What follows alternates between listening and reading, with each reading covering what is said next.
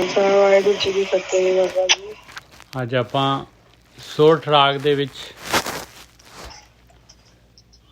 ਭਗਤਾਂ ਦੀ ਬਾਣੀ ਲੈ ਰਹੇ ਹਾਂ ਜੀ। 654 ਅੰਗ ਦੇ ਉੱਤੇ ਕਬੀਰ ਸਾਹਿਬ ਦੀ ਬਾਣੀ ਉੱਥੋਂ ਸ਼ੁਰੂ ਕਰ ਰਹੇ ਹਾਂ। ਰਾਗ ਸੋਠ ਬਾਣੀ ਭਗਤ ਕਬੀਰ ਜੀ ਕੀ ਕਰ ਪਹਿਲਾ ਇੱਕ ਓंकार सतगुर प्रसाद।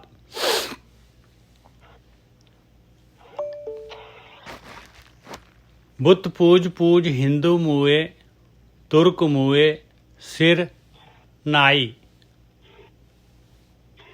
ये नाई का मतलब है नाई नहीं हैगा, नाई का मतलब नाई। बुत पूज पूज हिंदू मूए तुर्क मूए सिर नाई। ओयले जारे ओयले गाड़े तेरी गत दोहू ना पाई। कहते धर्म दे रस्ते दे उत्ते लिव वाले रस्ते दे उत्ते आना। किसी का माइक खुला है जी प्लीज़। धर्म दे रस्ते दे उत्ते कहते हैं हिंदू जिहड़े हैगे ये भी खुआर हो रहे आ। अजाई जिहड़ा हैगा भगती कर रहे, पर भगती जिहड़ी हैगी लेखे च नहीं पै रही। कहते बुत नूं पूजदे आओ, मूर्ति की पूजा करते आ। मूर्ति की पूजा कर करके कहते अपनी मेहनत जिहड़ी है अजाई गवा रहे हैं। बुत पूज पूज हिंदू मूह। और मनुख ये शरीर मिलिया है, ये जन्म जिहड़ा हैगा हीरे जैसा जन्म है, कौडी बदले जाए। इस तरीके दे नाल जिहड़े हैगे आ वो अपना जिहड़े हैगे आ भगती अपने मुगालते दे विच ही है, धोखे दे विच ही हैगे आ बई असी भगती कर रहे हैं और जिहड़े हैगे असी सही रस्ते ते है, सही भगती कर रहे हैं। कबीर जी कहते भाई नहीं, वो तो जिहड़े हैगे अपना जन्म जिहड़ा हैगा अजाई गवा रहे हैं। बुत पूज पूज हिंदू मूए तुर्क मूए सिर नाई। और तुर्क जिहड़े हैगे वो सिर ना के थोड़ी ना सिर नाई दे ही रहिंदे आ। बई इधरों मेरिया इन्ना खत कट दे, इधरों मेरिया मुच्छा साफ कर दे, इधरों आ कर दे। वो जिहड़े हैगे नाई दे दुआले रहिंदे। बई इन्नी क दाड़ी मुट्ठी दाड़ी तो वध जिहदी होगी वो काफिर हुंदा है। कहंदे बुत पूज पूज हिंदू मूए, इन्हां दे शरह दे विच लिखिया होया है बुत पूज पूज हिंदू मूए तुर्क मूए सिर नाई। ओयले जा रहे ओयले गाड़े तेरी गत दोह ना पाई। कहंदे वो जिहड़े कहंदे आ बई मुर्दे नूं जिहड़ा हैगा साड़ना चाहिए, हिंदू कहंदे आ, वो कहंदे नहीं गड्ढना चाहिए भाई। ये तां जद वो दिन आएगा क़यामत दा सारे उठ जाणगे सारे दे सारे। कहंदे दोनों दे दोनों ही जिहड़े हैगे ये बेगति जा रहे आ। तेरी गत परमात्मा दे नाल जिहड़ी है, परमात्मा दे नाल सांझ जिहड़ी हैगी दोनों दे विचों किसे ने नहीं पाई। अगे राहो दी पंक्ति आ रही है। मन रे संसार अंध गहेरा। हे मेरे मना, ये सारा संसार नेरे दे विच ही हैगा भाई, गहरे नेरे दे विच हैगा। यही गहरा नेरा हैगा, सही डायरैक्शन नहीं लभदी, सही रस्ते ते कोई जाना ही नहीं चाहुंदा। मन रे संसार अंध गहेरा, चौदिस पसरियो है जम जेवरा रहाओ। और चारां दिशावां दे विच जम जिहड़ा है काल जिहड़ा हैगा वो जेवरी लैके फाही लैके जिहड़ा हैगा ये चारों पासे पसरिया होया है। किसे पासियों कोई जिहड़ा हैगा इन्ना चोगा खिल रहा पिया है। और ये धर्म दे रस्ते दे उत्ते भी जिहड़ा हैगा काम महाराज ने जिहड़ा हैगा पूरा दा पूरा जिहड़ा हैगा इत्थे भी हार्ड जिहड़ी है गेम रखी हुई है। मन रे संसार अंध गहेरा, 14 पसरियो है जम जेवरा रहाओ। बुत पूज पूज हिंदू मुए तुर्क मुए सिर नाई। ओयले जा रहे ओयले गाड़े तेरी गत दोह ना पाई। हाँ जी वीर जी।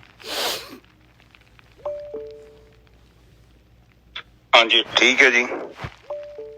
साध संगत जी देखो बाणी नूं पढ़ीए ते वेखो बाणी दे विच सारा कुछ उन्हां बड़ा क्लीयरली लिख के रखिया है। और इस दे बावजूद भी इन्ना ज्यादा अज्ञान साडे धर्म च। अब जस्ट सोचो, ये आपां नहीं बोल रहे, बाणी बोल रही है। जिहड़ी चीज तो सानू मना कीता है असीं ओही कर रहे हैं। ਜੋ ਉਹਨਾਂ ਦੱਸਿਆ ਕਿ ਸੱਜੇ ਬੰਨੇ ਜਾਣਾ, ਆਪਾਂ ਸਾਰੇ ਖੱਬੇ ਬੰਨੇ ਤੁਰੇ ਜਾ ਰਹੇ ਹਾਂ, A to Z। ਅੱਜ ਵੇਖੋ ਕੀ ਕਹਿ ਰਹੇ ਨੇ, ਕਹਿੰਦੇ ਬੁੱਤ ਪੂਜ। ਬੁੱਤ ਦਾ ਮਤਲਬ ਇਹ ਨਹੀਂ ਹੈ ਕਿ ਪੱਥਰ, ਕਿਸੇ ਵੀ ਚੀਜ਼ ਦੀ ਜਿਹੜਾ ਭੌਤਿਕ ਜਿਹੜਾ ਪਦਾਰਥਵਾਦੀ ਕੋਈ ਚੀਜ਼ ਹੈਗੀ ਹੈ, ਚਾਹੇ ਪੱਥਰ ਹੈ ਜਾਂ ਕੋਈ ਮੂਰਤੀ ਹੈ ਜਾਂ ਕੋਈ ਫੋਟੋ ਹੈ, ਉਹ ਜਿਹੜਾ ਵੀ ਉਹਦੀ ਪੂਜਾ ਕਰਦਾ ਹੈ ਉਹ ਸਾਰਾ ਉਹ 'ਚ ਆ ਜਾਂਦਾ ਹੈ, ਜੜ। ਦੇਖੋ ਪਰਮਾਤਮਾ ਨੂੰ ਜੇ ਆਪਾਂ ਮਿਲਣਾ ਚਾਹੁੰਦੇ ਹਾਂ ਜਾਂ ਪਰਮਾਤਮਾ ਨੂੰ ਜਾਣਨਾ ਚਾਹੁੰਦੇ ਹਾਂ ਤੇ ਸਭ ਤੋਂ ਪਹਿਲਾਂ ਸਾਨੂੰ ਪਤਾ ਹੋਣਾ ਚਾਹੀਦਾ ਕਿ ਉਹਦਾ ਰੂਪ ਕੀ ਹੈ। ਬਾਣੀ ਦੇ ਵਿੱਚ ਖਾਸ ਕਰਕੇ ਕਲੀਅਰ ਕੀਤਾ ਹੈ, ਨਾ ਉਹਦਾ ਰੂਪ ਹੈ, ਨਾ ਉਹਦਾ ਰੰਗ ਹੈ ਤੇ ਨਾ ਉਹਦੀ ਕੋਈ ਰੇਖ ਹੈ। ਜੇਕਰ ਇਹ ਮੂਰਤੀ ਦੀ ਕਿਸੇ ਤਸਵੀਰ ਦੀ ਪੂਜਾ ਬਾਰੇ ਗੱਲ ਕੀਤੀ ਹੁੰਦੀ ਤੇ ਉਹਨਾਂ ਨੇ ਸਾਨੂੰ ਪੱਕਾ ਚੰਗੀ ਤਰ੍ਹਾਂ ਦੱਸ ਕੇ ਜਾਣਾ ਸੀ। ਕਿਸੇ ਵੀ ਗ੍ਰੰਥ ਨੂੰ ਆਪ ਪੜ੍ਹ ਲਓ, ਮੈਂ ਇਸ ਆਪਣੇ ਗ੍ਰੰਥ ਦੀ ਗੱਲ ਨਹੀਂ ਕਰਦਾ, ਤੁਸੀਂ ਦੂਜੇ ਗ੍ਰੰਥ ਵੀ ਪੜ੍ਹ ਕੇ ਵੇਖੋ। ਖਾਸ ਕਰਕੇ ਇਸ ਕਿਰਿਆ ਨੂੰ ਮਨਾ ਕੀਤਾ ਹੈ, ਪਰ ਇਹ ਪੂਜਾ ਕਰਨੀ ਬਹੁਤ ਆਸਾਨ ਆ। ਪਲੱਸ ਇਹਦੇ ਵਿੱਚ ਕੀ ਪੈਸਾ ਬੜਾ ਆਉਂਦਾ ਹੈ। ਪੰਗਾ ਤੇ ਇਹ ਹੈ, ਕਿਉਂਕਿ ਮੈਂ ਹੁਣ ਤੁਹਾਨੂੰ ਕਹਿਦਾ ਨਿਰਗੁਣ ਹੈ ਪ੍ਰਮਾਤਮਾ, ਗੁਣ ਨੂੰ ਗ੍ਰਹਿਣ ਨਹੀਂ ਕਰਦਾ, ਨਾ ਉਹਦਾ ਰੂਪ ਨਾ ਰੰਗ। ਤੇ ਉਹਨੇ ਕਹਿਣਾ ਬਾਬਾ ਫਿਰ ਤੂੰ ਮੰਦਿਰ 'ਚ ਕੀ ਕਰਨੇ ਆ? ਸਿੱਧਾ ਹੀ ਸਵਾਲ ਆ ਲੌਜੀਕਲੀ। ਇਸ ਕਰਕੇ ਇਨਸਾਨ ਜਿਹੜਾ ਹੈ ਨਾ ਬਹੁਤ ਚਲਾਕ ਹੈ। ਆਪ ਨਾ ਇੱਕ ਗ੍ਰੰਥ ਹੈਗਾ, ਛੋਟਾ ਜਿਹਾ ਗ੍ਰੰਥ ਹੈ, ਉਹਨੂੰ ਪਤੰਜਲੀ ਯੋਗਾ ਕਹਿੰਦੇ ਆਪਾਂ। ਪਤੰਜਲੀ ਦਾ ਹੈਗਾ ਗ੍ਰੰਥ, ਮਹਾਰਿਸ਼ੀ ਹੈ ਪਤੰਜਲੀ। ਉਹਨਾਂ ਦੇ ਗ੍ਰੰਥ 'ਚ ਤੁਸੀਂ ਪੜ੍ਹ ਕੇ ਵੇਖ ਲਓ, ਕਿਸੇ ਗੁਰੂ ਦੀ ਲੋੜ ਨਹੀਂ ਹੈ ਉੱਥੇ। ਖਾਸ ਕਰਕੇ ਬੜਾ ਪੁਰਾਣਾ ਗ੍ਰੰਥ ਹੈ, ਪਤਾ ਨਹੀਂ ਕਿੰਨੇ ਹਜ਼ਾਰ ਸਾਲ ਪੁਰਾਣਾ ਗ੍ਰੰਥ ਹੈ। ਉੱਥੇ ਖਾਸ ਕਰਕੇ ਲਿਖਿਆ ਕਿਸੇ ਵੀ ਗਾਈਡ ਦੀ ਲੋੜ ਨਹੀਂ। ਪਰਮਾਤਮਾ ਨੂੰ ਮਿਲਣ ਦੇ ਲਈ ਤੁਹਾਨੂੰ ਕਿਸੇ ਦੀ ਲੋੜ ਨਹੀਂ ਆ। ਤੁਸੀਂ ਡਾਇਰੈਕਟ ਪਰਮਾਤਮਾ ਨਾਲ ਗੱਲ ਕਰੋ। ਹੁਣ ਆਪਣਾ ਪਿਓ ਆ, ਕੀ ਆਪਾਂ ਆਪਣੇ ਪਿਓ ਨੂੰ ਮਿਲਣ ਵਾਸਤੇ ਕਿਸੇ ਵਿਚੋਲੇ ਨੂੰ ਪਾਵਾਂਗੇ ਘਰ ਜਿਹੜਾ ਆਪਾਂ ਘਰੇ ਰਹਿੰਦੇ ਹਾਂ? ਇਹੋ ਹਿਸਾਬ ਸਾਡਾ ਕੇਵਲ ਭਰਮ ਹੈ। ਆਪ ਇੱਕ ਚੀਜ਼ ਨੂੰ ਆਪ ਸਮਝੋ, ਪਰਮਾਤਮਾ ਨੂੰ ਜਾਣਨਾ ਕੇਵਲ ਇੱਕ ਛੋਟਾ ਜਿਹਾ ਆਪਾਂ ਕੰਮ ਕਰਨਾ ਹੈ, ਉਹ ਹੈ ਕੇਵਲ ਆਪਣਾ ਹੱਥ ਖੜਾ ਕਰਨਾ। ਨਿੱਜਰ ਸਾਹਿਬ ਬਿਲਕੁਲ ਠੀਕ ਹੈ ਜੀ। ਇਸ ਤੋਂ ਵੱਧ ਨਹੀਂ ਜੋ ਗੱਲ ਹੈਗੀ। ਬਾਕੀ ਕਿੱਦਾਂ ਉਹਨੇ ਤੁਹਾਨੂੰ ਲੈ ਕੇ ਜਾਣਾ ਹੈ, ਤੁਹਾਨੂੰ ਗਿਆਨ ਕਿੱਦਾਂ ਕਰਾਉਣਾ ਹੈ, ਤੁਸੀਂ ਕਿੱਦਾਂ ਭਗਤੀ ਕਰਨੀ ਆ, ਉਹ ਗਿਆਨ ਆਪਣੇ ਆਪ ਹੀ ਤੁਹਾਡੇ ਕੋਲ ਆ ਜਾਣਾ। ਦੇਖੋ ਕੋਈ ਤੁਸੀਂ ਇਹਨੂੰ ਮਨ ਚ ਵਰਕਾ ਪਾੜ ਦਿਓ ਕਿ ਕੋਈ ਕਹਿੰਦਾ ਨਾ ਕਿ ਮੈਂ ਸੰਗਤ ਲੱਭ ਲਈ, ਨਾ, ਤੁਸੀਂ ਸੰਗਤ ਨੂੰ ਨਹੀਂ ਲੱਭਿਆ, ਸੰਗਤ ਨੇ ਤੁਹਾਨੂੰ ਲੱਭ ਲਿਆ। ਬੜਾ ਫਰਕ ਜੇ। ਇਹ ਚ ਬਹੁਤ ਵੱਡੀ ਕੁੰਡੀ ਜੇ। ਬਿਲਕੁਲ, ਮਾਲਕ ਨੇ ਸੰਗਤ ਦਿੱਤੀ ਆਪਾਂ ਨੂੰ, ਆਪਾਂ ਨੇ ਤਾਂ ਹੱਥ ਖੜਾ ਕੀਤਾ, ਆਪਣੀ ਡਿਮਾਂਡ ਗਈ ਹੈ ਤੇ ਤਾਂ ਸੰਗਤ ਲੱਭੀ ਆ। ਹਾਂ, ਇੱਕ ਆਮ ਆਦਮੀ ਕਹਿੰਦਾ ਨਾ ਮੈਂ ਉੱਥੋਂ ਨਾਮ ਲੈ ਆ, ਨਾ, ਤੂੰ ਕਿੱਥੋਂ ਲੈ ਆਏਗਾ ਨਾਮ? ਤੂੰ ਲਿਆ ਸਕਦਾ ਨਾਮ? ਨਹੀਂ। ਆਪ ਬਾਣੀ ਸਾਰੀ ਪੜੋ। ਪਹਿਲੀ ਬਾਣੀ ਚ ਕਿਹਾ ਹੈ, ਮੈਨੂੰ ਸੰਗਤ ਦਓ, ਮੈਨੂੰ ਉਹ ਸੰਗਤ ਦਓ ਜਿਹੜੀ ਗਿਆਨ ਕਰਾਵੇ। ਪਰਮਾਤਮਾ ਕੋ ਡਿਮਾਂਡ ਕਰ ਰਹੇ ਨੇ। ਉਹਨਾਂ ਇਹ ਥੋੜੀ ਕਿਹਾ ਕਿ ਮੈਂ ਲੱਭ ਲਾਂਗਾ ਬਾਜ਼ਾਰ ਜਾ ਕੇ। ਉਹਨਾਂ ਨੂੰ ਨਹੀਂ ਪਤਾ ਕਿ ਕਿੰਨਾ ਲੋਕ ਧਰਮ ਦਾ ਪ੍ਰਚਾਰ ਕਰ ਰਹੇ ਨੇ, ਕਿੰਨੇ ਕਹਿੰਦੇ ਅਸੀਂ ਨਾਮ ਚ ਪਾਉਂਦੇ ਆ, ਤੁਹਾਨੂੰ ਪਰਮਾਤਮਾ ਨਾਲ ਮਿਲਾਉਂਦੇ ਆ। ਉਹਨਾਂ ਨੂੰ ਨਹੀਂ ਪਤਾ ਉਹਨਾਂ ਨੂੰ ਸਾਰਾ। ਪਰ ਇਹਦੇ ਬਾਵਜੂਦ ਵੀ ਬਾਣੀ ਚ ਲਿਖਦੇ ਨੇ ਕਿ ਮੇਰੇ ਪਿਤਾ ਸਾਨੂੰ ਸੰਗਤ ਦੇ। ਇਹਦਾ ਮਤਲਬ ਉਹਨਾਂ ਨੂੰ ਪਤਾ ਹੈ ਕਿ ਇਹ ਕਾਫੀ ਨਕਲੀ ਸੰਗਤ ਵੀ ਹੈਗੀ ਹੈ। ਡਿਮਾਂਡ ਕਰਦੇ ਨੇ। ਦੇਖੋ ਬ੍ਰਹਮ ਦੇ ਵਿੱਚ ਜਿਹੜੀ ਚੀਜ਼ ਦੀ ਆਪਾਂ ਡਿਮਾਂਡ ਕਰਦੇ ਹਾਂ, ਚੀਜ਼ ਸਾਨੂੰ ਉਹੀ ਮਿਲਦੀ ਹੈ। ਬਾਕੀ ਜਿਹੜੇ ਜੀਵਨ ਦੇ ਸੁੱਖ ਹੈਗੇ ਆ, ਉਹ ਜਿਹੜੇ ਤੁਹਾਡੇ ਜਿੱਦਾਂ ਦੇ ਕਰਮ ਹੈਗੇ, ਤੁਹਾਨੂੰ ਉਹ ਪਾਤਰਤਾ ਹੈਗੀ ਆ, ਉਹ ਤੁਹਾਨੂੰ ਬਾਈ ਪ੍ਰੋਡਕਟ ਤੁਸੀਂ ਪਾਪ ਕਰੋ ਪੁੰਨ ਕਰੋ, ਉਹ ਚੀਜ਼ ਤੁਹਾਡੇ ਕੋਲ ਆਉਣੀ ਆ। ਹਾਂ, ਨਵੇਂ ਜਿਹੜੇ ਤੁਸੀਂ ਸੰਸਕਾਰ ਇਕੱਠੇ ਕਰਨੇ ਆ ਜਾਂ ਮੈਂ ਕਰਨੇ ਆ, ਉਹ ਇੱਕ ਅਲੱਗ ਚੈਪਟਰ ਆ। ਫਿਰ ਹਾਲ ਸਾਡੇ ਕੋਲ ਜਿੰਨੇ ਕੁ ਪੈਸੇ ਹੈਗੇ ਆ, ਉਸ ਦੇ ਹਿਸਾਬ ਨਾਲ ਸਾਨੂੰ ਦੁਕਾਨ ਤੋਂ ਵਸਤੂ ਮਿਲ ਰਹੀ ਆ। ਕਿਉਂਕਿ ਧਰਮ ਦੇ ਵਿੱਚ ਕੀ ਆ, ਜਿਹੜਾ ਧਰਮਰਾਜ ਆ, ਧਰਮਰਾਜ ਕੋਈ ਬੰਦਾ ਨਹੀਂ ਆ, ਇੱਕ ਸੱਤਾ ਵਾ। ਜਿੱਦਾਂ ਦੀ ਸਾਡੇ ਕੋਲ ਕੁਆਲੀਫਿਕੇਸ਼ਨ ਆ, ਜਿੱਦਾਂ ਦੀ ਸਾਡੀ ਪਾਤਰਤਾ ਹੈ, ਉਹ ਚੀਜ਼ ਸਾਨੂੰ ਆਪਣੇ ਆਪ ਮਿਲ ਰਹੀ ਆ। ਬਾਕੀ ਜੇਕਰ ਭਗਤੀ ਦੀ ਗੱਲ ਕਰ ਰਹੇ ਹਾਂ, ਭਗਤੀ ਇੱਕ ਅਲੱਗ ਮੈਟਰ ਆ। ਉਹ ਜੀਵ ਦਾ ਇੱਕ ਬੜਾ ਪਰਸਨਲ ਸਵਾਲ ਆ, ਹਰ ਇੱਕ ਜੀਵ ਦਾ ਸਵਾਲ ਆ। ਜੇਕਰ ਉਹ ਥੋੜਾ ਜਿਹਾ ਗਿਆਨ ਰੱਖਦਾ ਹੈ, ਥੋੜਾ ਜਿਹਾ, ਜ਼ਿਆਦਾ ਨਹੀਂ, ਜ਼ਿਆਦਾ ਬਹੁਤਾ ਗਿਆਨ ਦੀ ਲੋੜ ਨਹੀਂ, ਕੇਵਲ ਇੰਨਾ ਵੇਖੇ ਕਿ ਇਹ ਸੰਸਾਰ ਆਇਆ ਕਿੱਥੋਂ ਆ, ਇਹਨੂੰ ਕਿਹਨੇ ਬਣਾਇਆ, ਇਹ ਡਿਜ਼ਾਈਨਿੰਗ ਕੌਣ ਹੈ, ਕੌਣ ਕਰ ਰਿਹਾ ਹੈ, ਕਿੰਨੇ ਸੈਟਿੰਗ ਕਿੰਨੇ ਕੀਤੀ ਹੈ। ਬਸ ਇੰਨਾ ਵਿਚਾਰ ਤੁਹਾਡੇ ਮਨ ਚ ਆ ਗਿਆ, ਫਿਰ ਤੁਹਾਡੇ ਮਨ ਚ ਸੈਕੰਡ ਸਵਾਲ ਇਹ ਆ ਜਾਣਾ, ਜਿਹਨੇ ਇਹ ਬਣਾਇਆ ਮੈਂ ਉਹਨੂੰ ਮਿਲਣਾ ਚਾਹੁੰਦਾ। ਦੋ ਸਵਾਲ ਤੁਸੀਂ ਆਪਣੇ ਆਪ ਤੋਂ ਕਰਨੇ ਆ। ਪਰ ਬੰਦਾ ਨਹੀਂ ਸੋਚਦਾ ਇਹ ਧਰਤੀ ਬਣਾਈ ਆ ਕਿਸੇ ਨੇ, ਉਹ ਕਹਿੰਦਾ ਆਪੇ ਆ ਗਈ ਹੈ। ਇਸ ਕਰਕੇ ਬੰਦੇ ਦੇ ਮਨ ਚ ਕਿਤੇ ਜਿਗਿਆਸਾ ਨਹੀਂ ਜਾਗਦੀ। ਇਹ ਜਿਹੜੇ ਆਪਾਂ ਨੂੰ ਤੀਰਥ ਸਥਾਨ ਦਿਖਦੇ ਨੇ, ਆਪ ਦੇਖੋ ਇਹ ਚ ਮਨਾ ਕੀਤਾ ਹੈ ਉੱਥੇ ਡੁੱਬੀਆਂ ਮਾਰਨ ਤੋਂ, ਨਹਾਉਣ ਤੋਂ, ਮੱਥੇ ਰਗੜਨ ਤੋਂ। ਮੁਸਲਮਾਨ ਲੋਕ ਸੋਚਦੇ ਨੇ ਉਹ ਮਸਜਿਦ 'ਚ ਜਾਂਦੇ ਨੇ, ਸਾਰਾ ਦਿਨ ਮੱਥਾ ਰਗੜਦੇ ਨੇ, 5 ਟਾਈਮ ਜਾ ਕੇ, 4 ਟਾਈਮ, ਜਿੰਨੇ ਟਾਈਮ ਵੀ ਜਾਂਦੇ ਨਮਾਜ਼ ਪੜ੍ਹਦੇ ਆ। ਉਹ ਕਿ ਨਮਾਜ਼ ਪੜ੍ਹਦੇ ਆ, ਮੱਥਾ ਵੇਖੋ ਉਹਨਾਂ ਦੇ ਮੱਥੇ ਤੇ ਨਾ ਕਾਲਾ ਜਿਹਾ ਹੋ ਜਾਂਦਾ, ਸੜ ਜਾਂਦਾ ਉੱਤੋਂ, ਕੋਈ ਫਰਸ਼ ਤੇ ਰਗੜ ਕੇ ਉਹਨੂੰ ਕਾਲਾ ਕਰ ਦਿੰਦੇ। ਤੇ ਮੈਂ ਪੁੱਛਿਆ, ਮੈਂ ਵੀਰ ਜੀ ਇਹ ਕੀ ਹੈ? ਕਹਿੰਦੇ ਤੈਨੂੰ ਪਤਾ ਨਹੀਂ ਬੜੀ ਪਵਿੱਤਰ ਚੀਜ਼ ਹੈਗੀ। ਮੈਂ ਕੀ ਹੈ? ਇਹ ਕਹਿੰਦੇ ਨਮਾਜ਼ ਪੜ੍ਹ ਕੇ ਪ੍ਰਮਾਤਮਾ ਨੇ ਜੋਤ ਮੱਥੇ ਤੇ ਜਗਾਤੀ ਆ। ਮੈਂ ਸੋਚਿਆ ਵਾਹ ਵੀ ਵਾਹ, ਮੱਥਾ ਰਗੜਨ ਦੇ ਨਾਲ ਹੀ ਜੋਤ ਪ੍ਰਗਟ ਹੋ ਜਾਊਗੀ। ਇਹ ਦੇਖੋ ਆਪ ਚੀਜ਼ ਨੂੰ ਵਿਚਾਰ ਕਰੋ।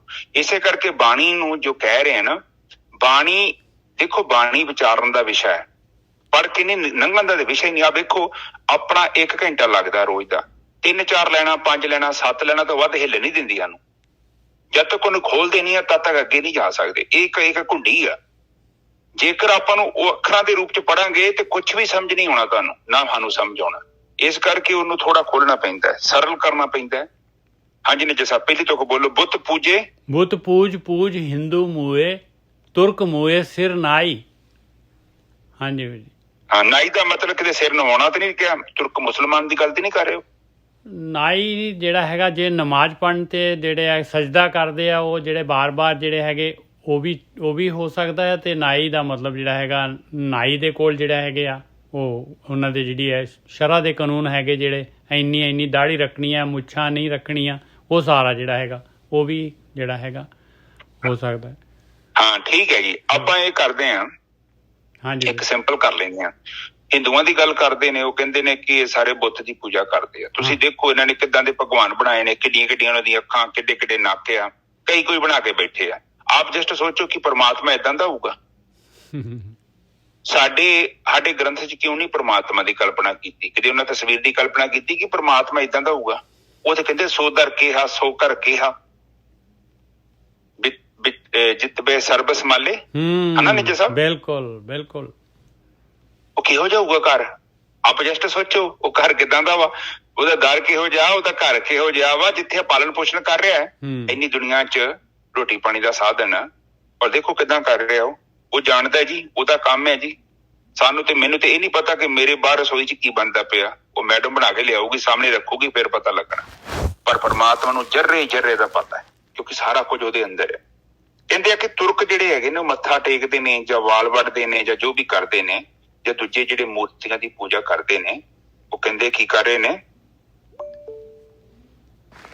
ਲੈ ਜਾਏ ਚੁੱਕ ਪੂਰੀ ਬੋਲਦੇ ਨੇ ਜੈਸਾ ਪੂਰੀ। ਓਇਲੇ ਜਾ ਰੇ ਓਇਲੇ ਗਾਡੇ ਤੇਰੀ ਗੱਤ ਦੋਹੂ ਨਾ ਪਾਈ। ਕਹਿੰਦੇ ਉਹ ਜਿਹੜੇ ਤੇ ਇੱਕ ਹੋਰ ਚੀਜ਼ ਹੈ, ਹਿੰਦੂ ਕਹਿੰਦੇ ਆ ਵੀ ਮੁਰਦੇ ਨੂੰ ਜਿਹੜਾ ਹੈਗਾ ਸਾੜਨਾ ਹੈ, ਉਹ ਕਹਿੰਦੇ ਮੁਰਦੇ ਨੂੰ ਗੱਡਣਾ ਹੈ।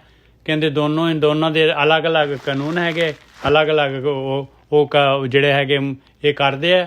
ਤੇ ਕਹਿੰਦੇ ਪਰ ਦੋਨੋਂ ਜਿਹੜੇ ਹੈਗੇ ਤੇਰੇ ਬਾਰੇ ਤਾਂ ਦੋਨਾਂ ਨੂੰ ਵੀ ਗਿਆਨ ਨਹੀਂ ਹੈ ਨੀਗਾ, ਤੇ ਪਰਮਾਤਮਾ ਦੇ ਬਾਰੇ ਸੋਝੀ ਜਿਹੜੀ ਹੈ ਕਿਸੇ ਨੂੰ ਵੀ ਨਹੀਂ ਹੈ, ਨਹੀਂ ਦੋਨਾਂ ਦੇ ਵਿੱਚੋਂ, ਨਾ ਹਿੰਦੂਆਂ ਨੂੰ ਨਾ ਮੁਸਲਮਾਨਾਂ ਨੂੰ, ਕਿਸੇ ਨੂੰ ਵੀ ਨਹੀਂ ਹੈਗੀ। ਹਾਂਜੀ ਵੀਰ। ਹਾਂਜੀ ਹਾਂ ਬਿਲਕੁਲ। ਕਹਿੰਦੇ ਨੇ ਕਿ ਜਿੰਦੇ ਕਿ ਇੱਕ ਐਵੇਂ ਕਰਮ ਕਾਂਡ ਕਰ ਰਹੇ ਨੇ, ਬਾਹਰੀ ਸਰੀਰ ਦੀ ਬਾਹਰੀ ਕਿਰਿਆ। ਜਿੱਦਾਂ ਮਤਲਬ ਆਪਾਂ ਰੋਟੀ ਪਾਣੀ ਬਣਾਈ, ਹੁਣ ਤੁਸੀਂ ਦੇਖੋ ਸਾਡੇ ਘਰ ਕੋਈ ਬੰਦਾ ਆ ਗਿਆ, ਉਹਨੂੰ ਤੁਸੀਂ ਰੋਟੀ ਖਵਾਤੀ। ਆਮ ਬੰਦਾ ਕਹਿੰਦਾ ਕਿ ਤੁਸੀਂ ਬੜੀ ਵਧੀਆ ਕੰਮ ਕੀਤਾ, ਵੀ ਦਾਨ ਦਾ ਕੰਮ ਕੀਤਾ। ਘਰੇ ਬੰਦਾ ਹੈ, ਤੁਸੀਂ ਰੋਟੀ ਖਵਾਤੀ ਆ, ਪੁੰਨ ਦਾ ਕੰਮ ਕੀਤਾ ਹੈ। ਪਰ ਪ੍ਰਮਾਤਮਾ ਜਾਣਦਾ ਹੈ ਜਦੋਂ ਤੁਸੀਂ ਰੋਟੀ ਉਹਨੂੰ ਖਵਾਈ ਆ, ਉਹ ਤੁਹਾਡੀ ਭਾਵਨਾ ਕੀ ਸੀ, ਉਹਦਾ ਮੁੱਲ ਆ। ਸੰਸਾਰ ਤੁਹਾਡਾ ਬਾਹਰੀ ਕਰਮ ਦੇਖਦਾ ਹੈ। ਬਾਹਰੀ ਜਿਹੜਾ ਕਰਮ ਹੁੰਦਾ ਹੈ, ਹੁਣ ਇੱਕ ਨੌਂ ਨੇ ਸੱਸ ਨੂੰ ਰੋਟੀ ਖਵਾਈ, ਇੱਕ ਸੱਸ ਨੇ ਨੌਂ ਦੀ ਸੇਵਾ ਕੀਤੀ, ਸਹੁਰੇ ਦੀ ਸੇਵਾ ਕੀਤੀ, ਮਾਂ ਨੇ ਪੁੱਤ ਦੀ ਸੇਵਾ ਕੀਤੀ, ਪੁੱਤ ਨੇ ਮਾਂ ਪਿਓ ਦੀ ਸੇਵਾ ਕੀਤੀ। ਸੰਸਾਰ ਤੌਰ ਤੇ ਬਹੁਤ ਵਧੀਆ ਹੈ, ਕਰ ਰਿਹਾ ਹੈ, ਪਰ ਅੰਦਰੋਂ ਜਿਹੜਾ ਗਲਾਸ ਫੜਾ ਰਿਹਾ ਹੈ, ਉਹਦੇ ਅੰਦਰ ਭਾਵਨਾ ਕੀ ਹੈ, ਇਹ ਬਹੁਤ ਇੰਪੋਰਟੈਂਟ ਜੀ। ਪਰਮਾਤਮਾ ਦੇ ਦਰ ਤੇ ਉਹ ਚੀਜ਼ ਨੂੰ ਦੇਖਿਆ ਜਾਂਦਾ। ਬਾਹਰੀ ਜਿਹੜਾ ਆਪਾਂ ਕਰਮ ਕਰਦੇ ਆ ਨਾ,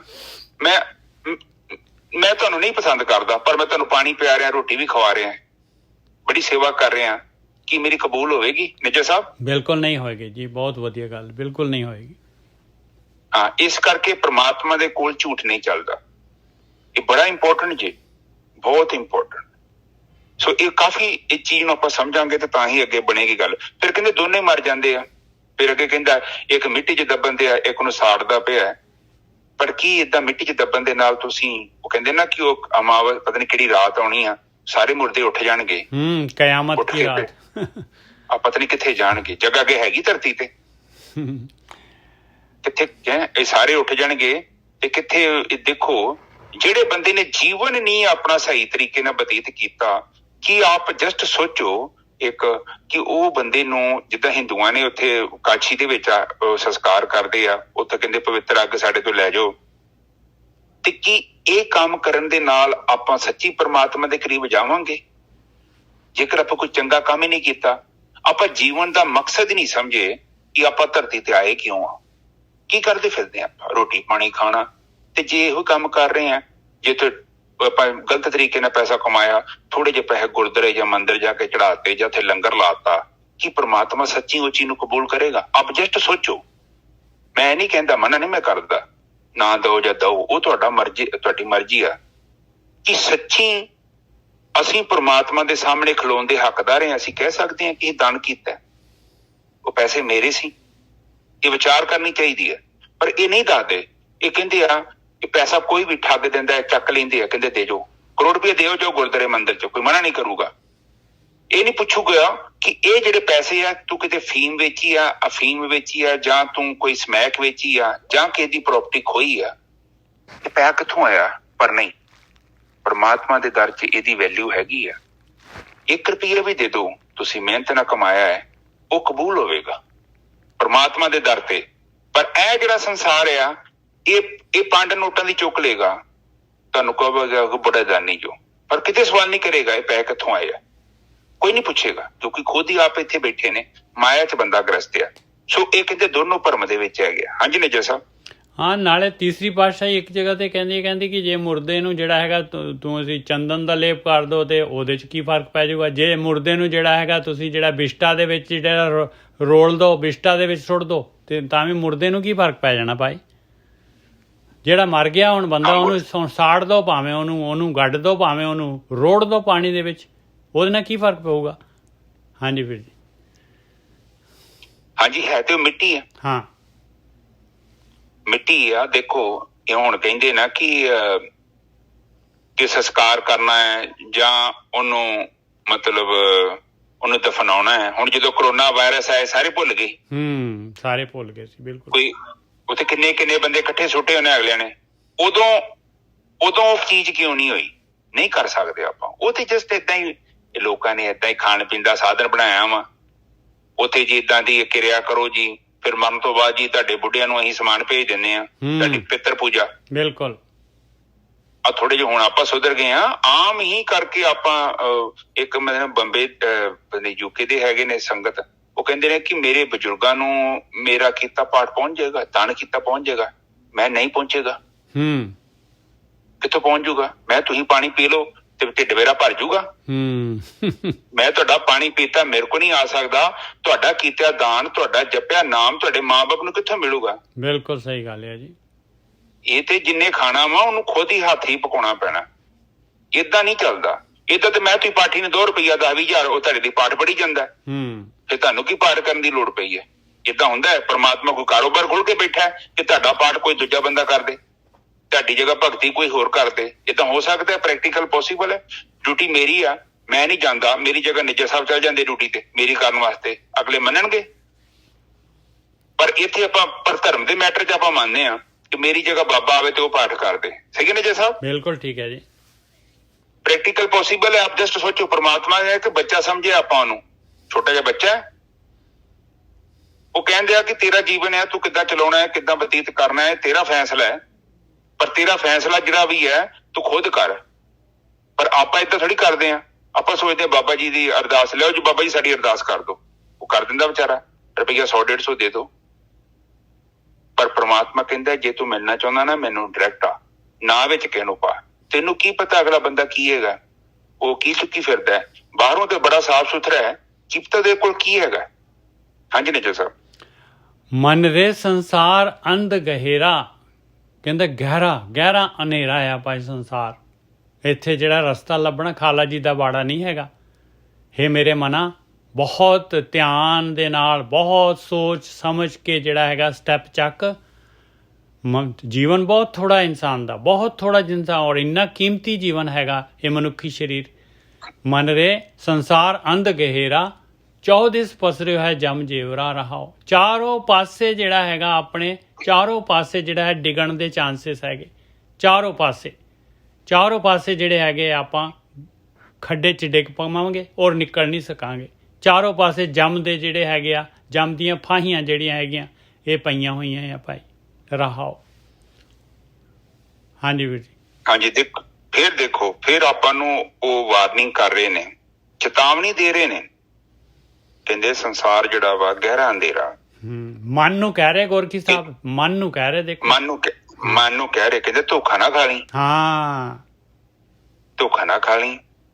ਜਿੱਦਾਂ ਆਪਾਂ ਗੁਰਦੁਆਰੇ ਜਾਂਦੇ ਆ ਨਾ ਤੇ ਉੱਥੇ ਖਲੋਤੇ ਹੁੰਦੇ ਸੇਵਾਦਾਰ, ਉਹ ਕਹਿੰਦੇ ਭਾਜੀ ਆਪਣੇ ਪਰਸ ਸਾਂਭ ਲਓ, ਆਪਣੀ ਚੇਨ ਸਾਂਭ ਲਓ, ਆਪਣੀ ਘੜੀ ਸਾਂਭ ਲਓ। ਬਈ ਇਹ ਜਿਹੜਾ ਹੈਗਾ ਇਹ ਚੋਰਾਂ ਦੀ ਨਗਰੀ ਹੈਗੀ ਆ। ਹਾਂ, ਇੱਥੇ ਚੋਰੀ ਹੋ ਜਾਣੀ ਆ, ਸਮਾਨ ਤੁਹਾਡਾ ਨਿਕਲ ਜਾਣਾ, ਕਿਉਂਕਿ ਤੁਸੀਂ ਸ਼ਰਧਾ ਨਾਲ ਮੱਥਾ ਟੇਕਣਾ, ਧਿਆਨ ਤੁਹਾਡਾ ਬਾਬੇ ਚ ਹੋਣਾ। ਕਿਸੇ ਦਾ ਧਿਆਨ ਤੁਹਾਡੇ ਪਰਸ ਚ ਹੋਊਗਾ, ਤੁਹਾਡੀ ਚੇਨ ਲਾ ਲੂਗਾ ਕੋਈ। ਇੱਥੇ ਬਾਣੀ ਆਪਾਂ ਨੂੰ ਵਰਜਿਤ ਕਰ ਰਹੀ ਹੈ, ਵਾਰਨਿੰਗ ਕਰ ਰਹੀ ਹੈ, ਚੇਤਾਵਨੀ ਦੇ ਰਹੀ ਹੈ। ਕਹਿੰਦੇ ਰੇ ਮਨ, ਕਹਿੰਦੇ ਮਨ ਰੇ ਸੰਸਾਰ ਅੰਧ ਗਹਿਰਾ, ਇਹ ਹਨੇਰਾ ਹੈ ਬਹੁਤ। ਤੈਨੂੰ ਪਤਾ ਵੀ ਨਹੀਂ ਲੱਗਣਾ ਤੈਨੂੰ ਕਿਦੋਂ ਕਿਨੇ ਠੱਗ ਲੈਣਾ। ਔਰ ਮਾਇਆ ਦਾ ਰੂਪ ਬਹੁਤ ਆ। ਇਹ ਜੋ ਵੀ ਕੁਝ ਦਿਖਦਾ ਪਿਆ ਨਾ ਤੁਹਾਨੂੰ, ਸਭ ਪ੍ਰਪੰਚ ਆ।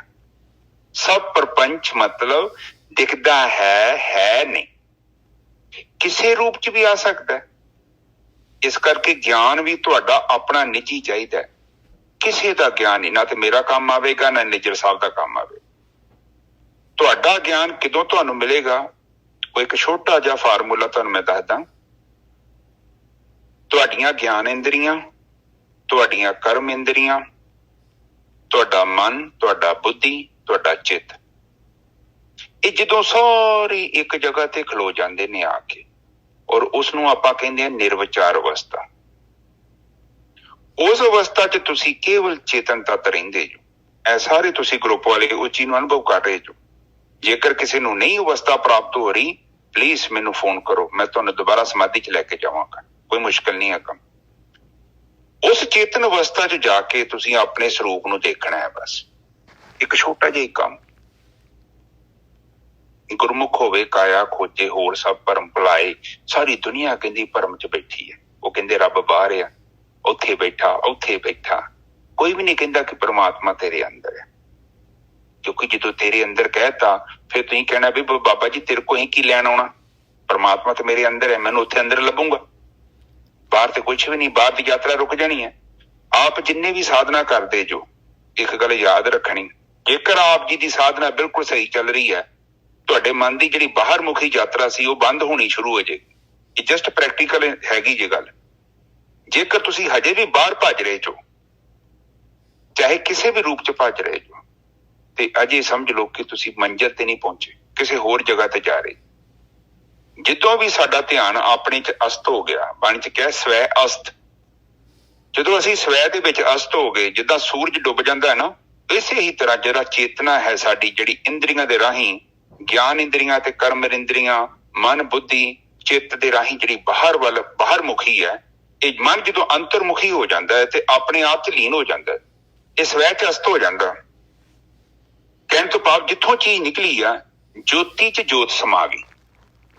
ਬਿਲਕੁਲ ਹੌਲੀ ਹੌਲੀ ਹੌਲੀ ਹੌਲੀ ਹੌਲੀ ਹੌਲੀ ਕਰਕੇ, ਜਿੱਦਾਂ ਲਾਲਟਨ ਦੇਖੀ ਹੋਏਗੀ ਨਾ, ਉਹਦੇ ਨਾਲ ਛੋਟਾ ਜਿਹਾ ਇੱਕ ਐਡਜਸਟਮੈਂਟ ਲੱਗੀ ਹੁੰਦੀ ਆ।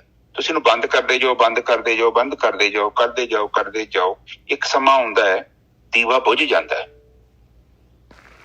ਉਸ ਅਵਸਥਾ 'ਚ ਤੁਸੀਂ ਉਹ ਬ੍ਰਹਮ ਨੂੰ ਜਾਣਦੇ, ਤੁਸੀਂ ਉੱਥੇ ਪਹੁੰਚ ਜਾਂਦੇ ਜੋ ਜਿੱਥੇ ਬ੍ਰਹਮ ਬੈਠਾ ਹੈ। ਉਸ ਅਵਸਥਾ 'ਚ ਤੁਸੀਂ ਉਹਨੂੰ ਦੇਖ ਲੈਂਦੇ ਜੋ। ਉਹਨੂੰ ਦੇਖਣ ਦੇ ਲਈ ਤੁਹਾਡੇ ਅੰਦਰ ਇੱਕ ਦਿਵਯ ਦ੍ਰਿਸ਼ਟੀ ਹੈ, ਚੇਤਨਾ ਜਿਹਨੂੰ ਕਹਿੰਦੇ ਆਪਾਂ। ਦੁਨੀਆ ਦਾ ਕੋਈ ਵੀ ਗ੍ਰੰਥ ਪੜ੍ਹ ਕੇ ਦੇਖੋ, ਉੱਥੇ ਇਹੋ ਚੀਜ਼ ਲਿਖੀ ਗਈ। ਕਿਉਂਕਿ ਪ੍ਰਮਾਣ ਜਿਹੜਾ ਹੈ ਨਾ, ਉਹ ਤੁਹਾਨੂੰ ਗ੍ਰੰਥਾਂ ਨਹੀਂ ਦੇਣਾ ਹੈ। ਔਰ ਉਸ ਤੋਂ ਬਾਅਦ ਸੈਕੰਡ ਪ੍ਰਮਾਣ ਹੈਗਾ ਹੈ, ਜਦੋਂ ਤੁਸੀਂ ਉਸ ਤੱਤ ਨੂੰ ਅਨੁਭਵ ਕਰ ਲਿਆ, ਤੁਹਾਡਾ ਜੀਵਨ ਚੁਟਕੀ ਨੂੰ ਬਦਲਣਾ ਸ਼ੁਰੂ ਹੋ ਜਾਏਗਾ। ਪ੍ਰੈਕਟੀਕਲ ਉਹਦਾ ਬੰਦਾ ਨਹੀਂ ਜੋ ਬਦਲਦਾ। ਦੁਨੀਆ ਦੀਆਂ ਕਿਤਾਬਾਂ ਪੜ੍ਹ ਲੈ, ਯੂਨੀਵਰਸਿਟੀਆਂ 'ਚ ਚੱਲ ਜੇ, ਜਿੱਥੇ ਮਰਜ਼ੀ ਭੱਜ ਲੈ, ਬੰਦੇ ਦਾ ਸੁਭਾਅ ਨਹੀਂ ਬਦਲ ਸਕਦਾ। ਜਦੋਂ ਵੀ ਤੁਸੀਂ ਆਪਣੇ ਆਪ 'ਚ ਇਕਾਗਰ ਹੋ ਗਏ, ਆਪਣੇ ਆਪ 'ਚ ਲੀਨ ਹੋ ਗਏ, ਉਸ ਪਰਮਾਤਮਾ ਨੂੰ ਦੇਖ ਲਿਆ ਜਿਹਦਾ ਰੂਪ ਨਹੀਂ, ਰੰਗ ਨਹੀਂ, ਰੇਖ ਨਹੀਂ, ਉਹਦੇ ਰੂਪ ਨੂੰ ਦੇਖਣ ਦੇ ਲਈ ਤੁਹਾਨੂੰ ਉਹਦੇ ਵਰਗਾ ਹੀ ਹੋਣਾ ਪਵੇਗਾ। ਫਿਰ ਜਦੋਂ ਆਪਾਂ ਨੂੰ ਦੇਖ ਲੈਂਦੇ ਆ, ਫਿਰ ਉਸ ਤੋਂ ਬਾਅਦ ਕਰਨਾ ਕੀ ਆਪਾਂ, ਜਿਹੜਾ ਆਪਾਂ ਕਰਮ ਕਰ ਰਹੇ ਆ ਜਿਹੜੇ ਗਲਤ ਨੇ, ਫਿਰ ਹੌਲੀ ਹੌਲੀ ਕਰਕੇ ਤੁਸੀਂ ਉਹਨਾਂ ਨੂੰ ਦੇਖਣਾ ਹੈ। ਬਸ ਕੋਈ ਜ਼ਿਆਦਾ ਕੰਮ ਨਹੀਂ। ਪਹਿਲਾਂ ਆਪਣੇ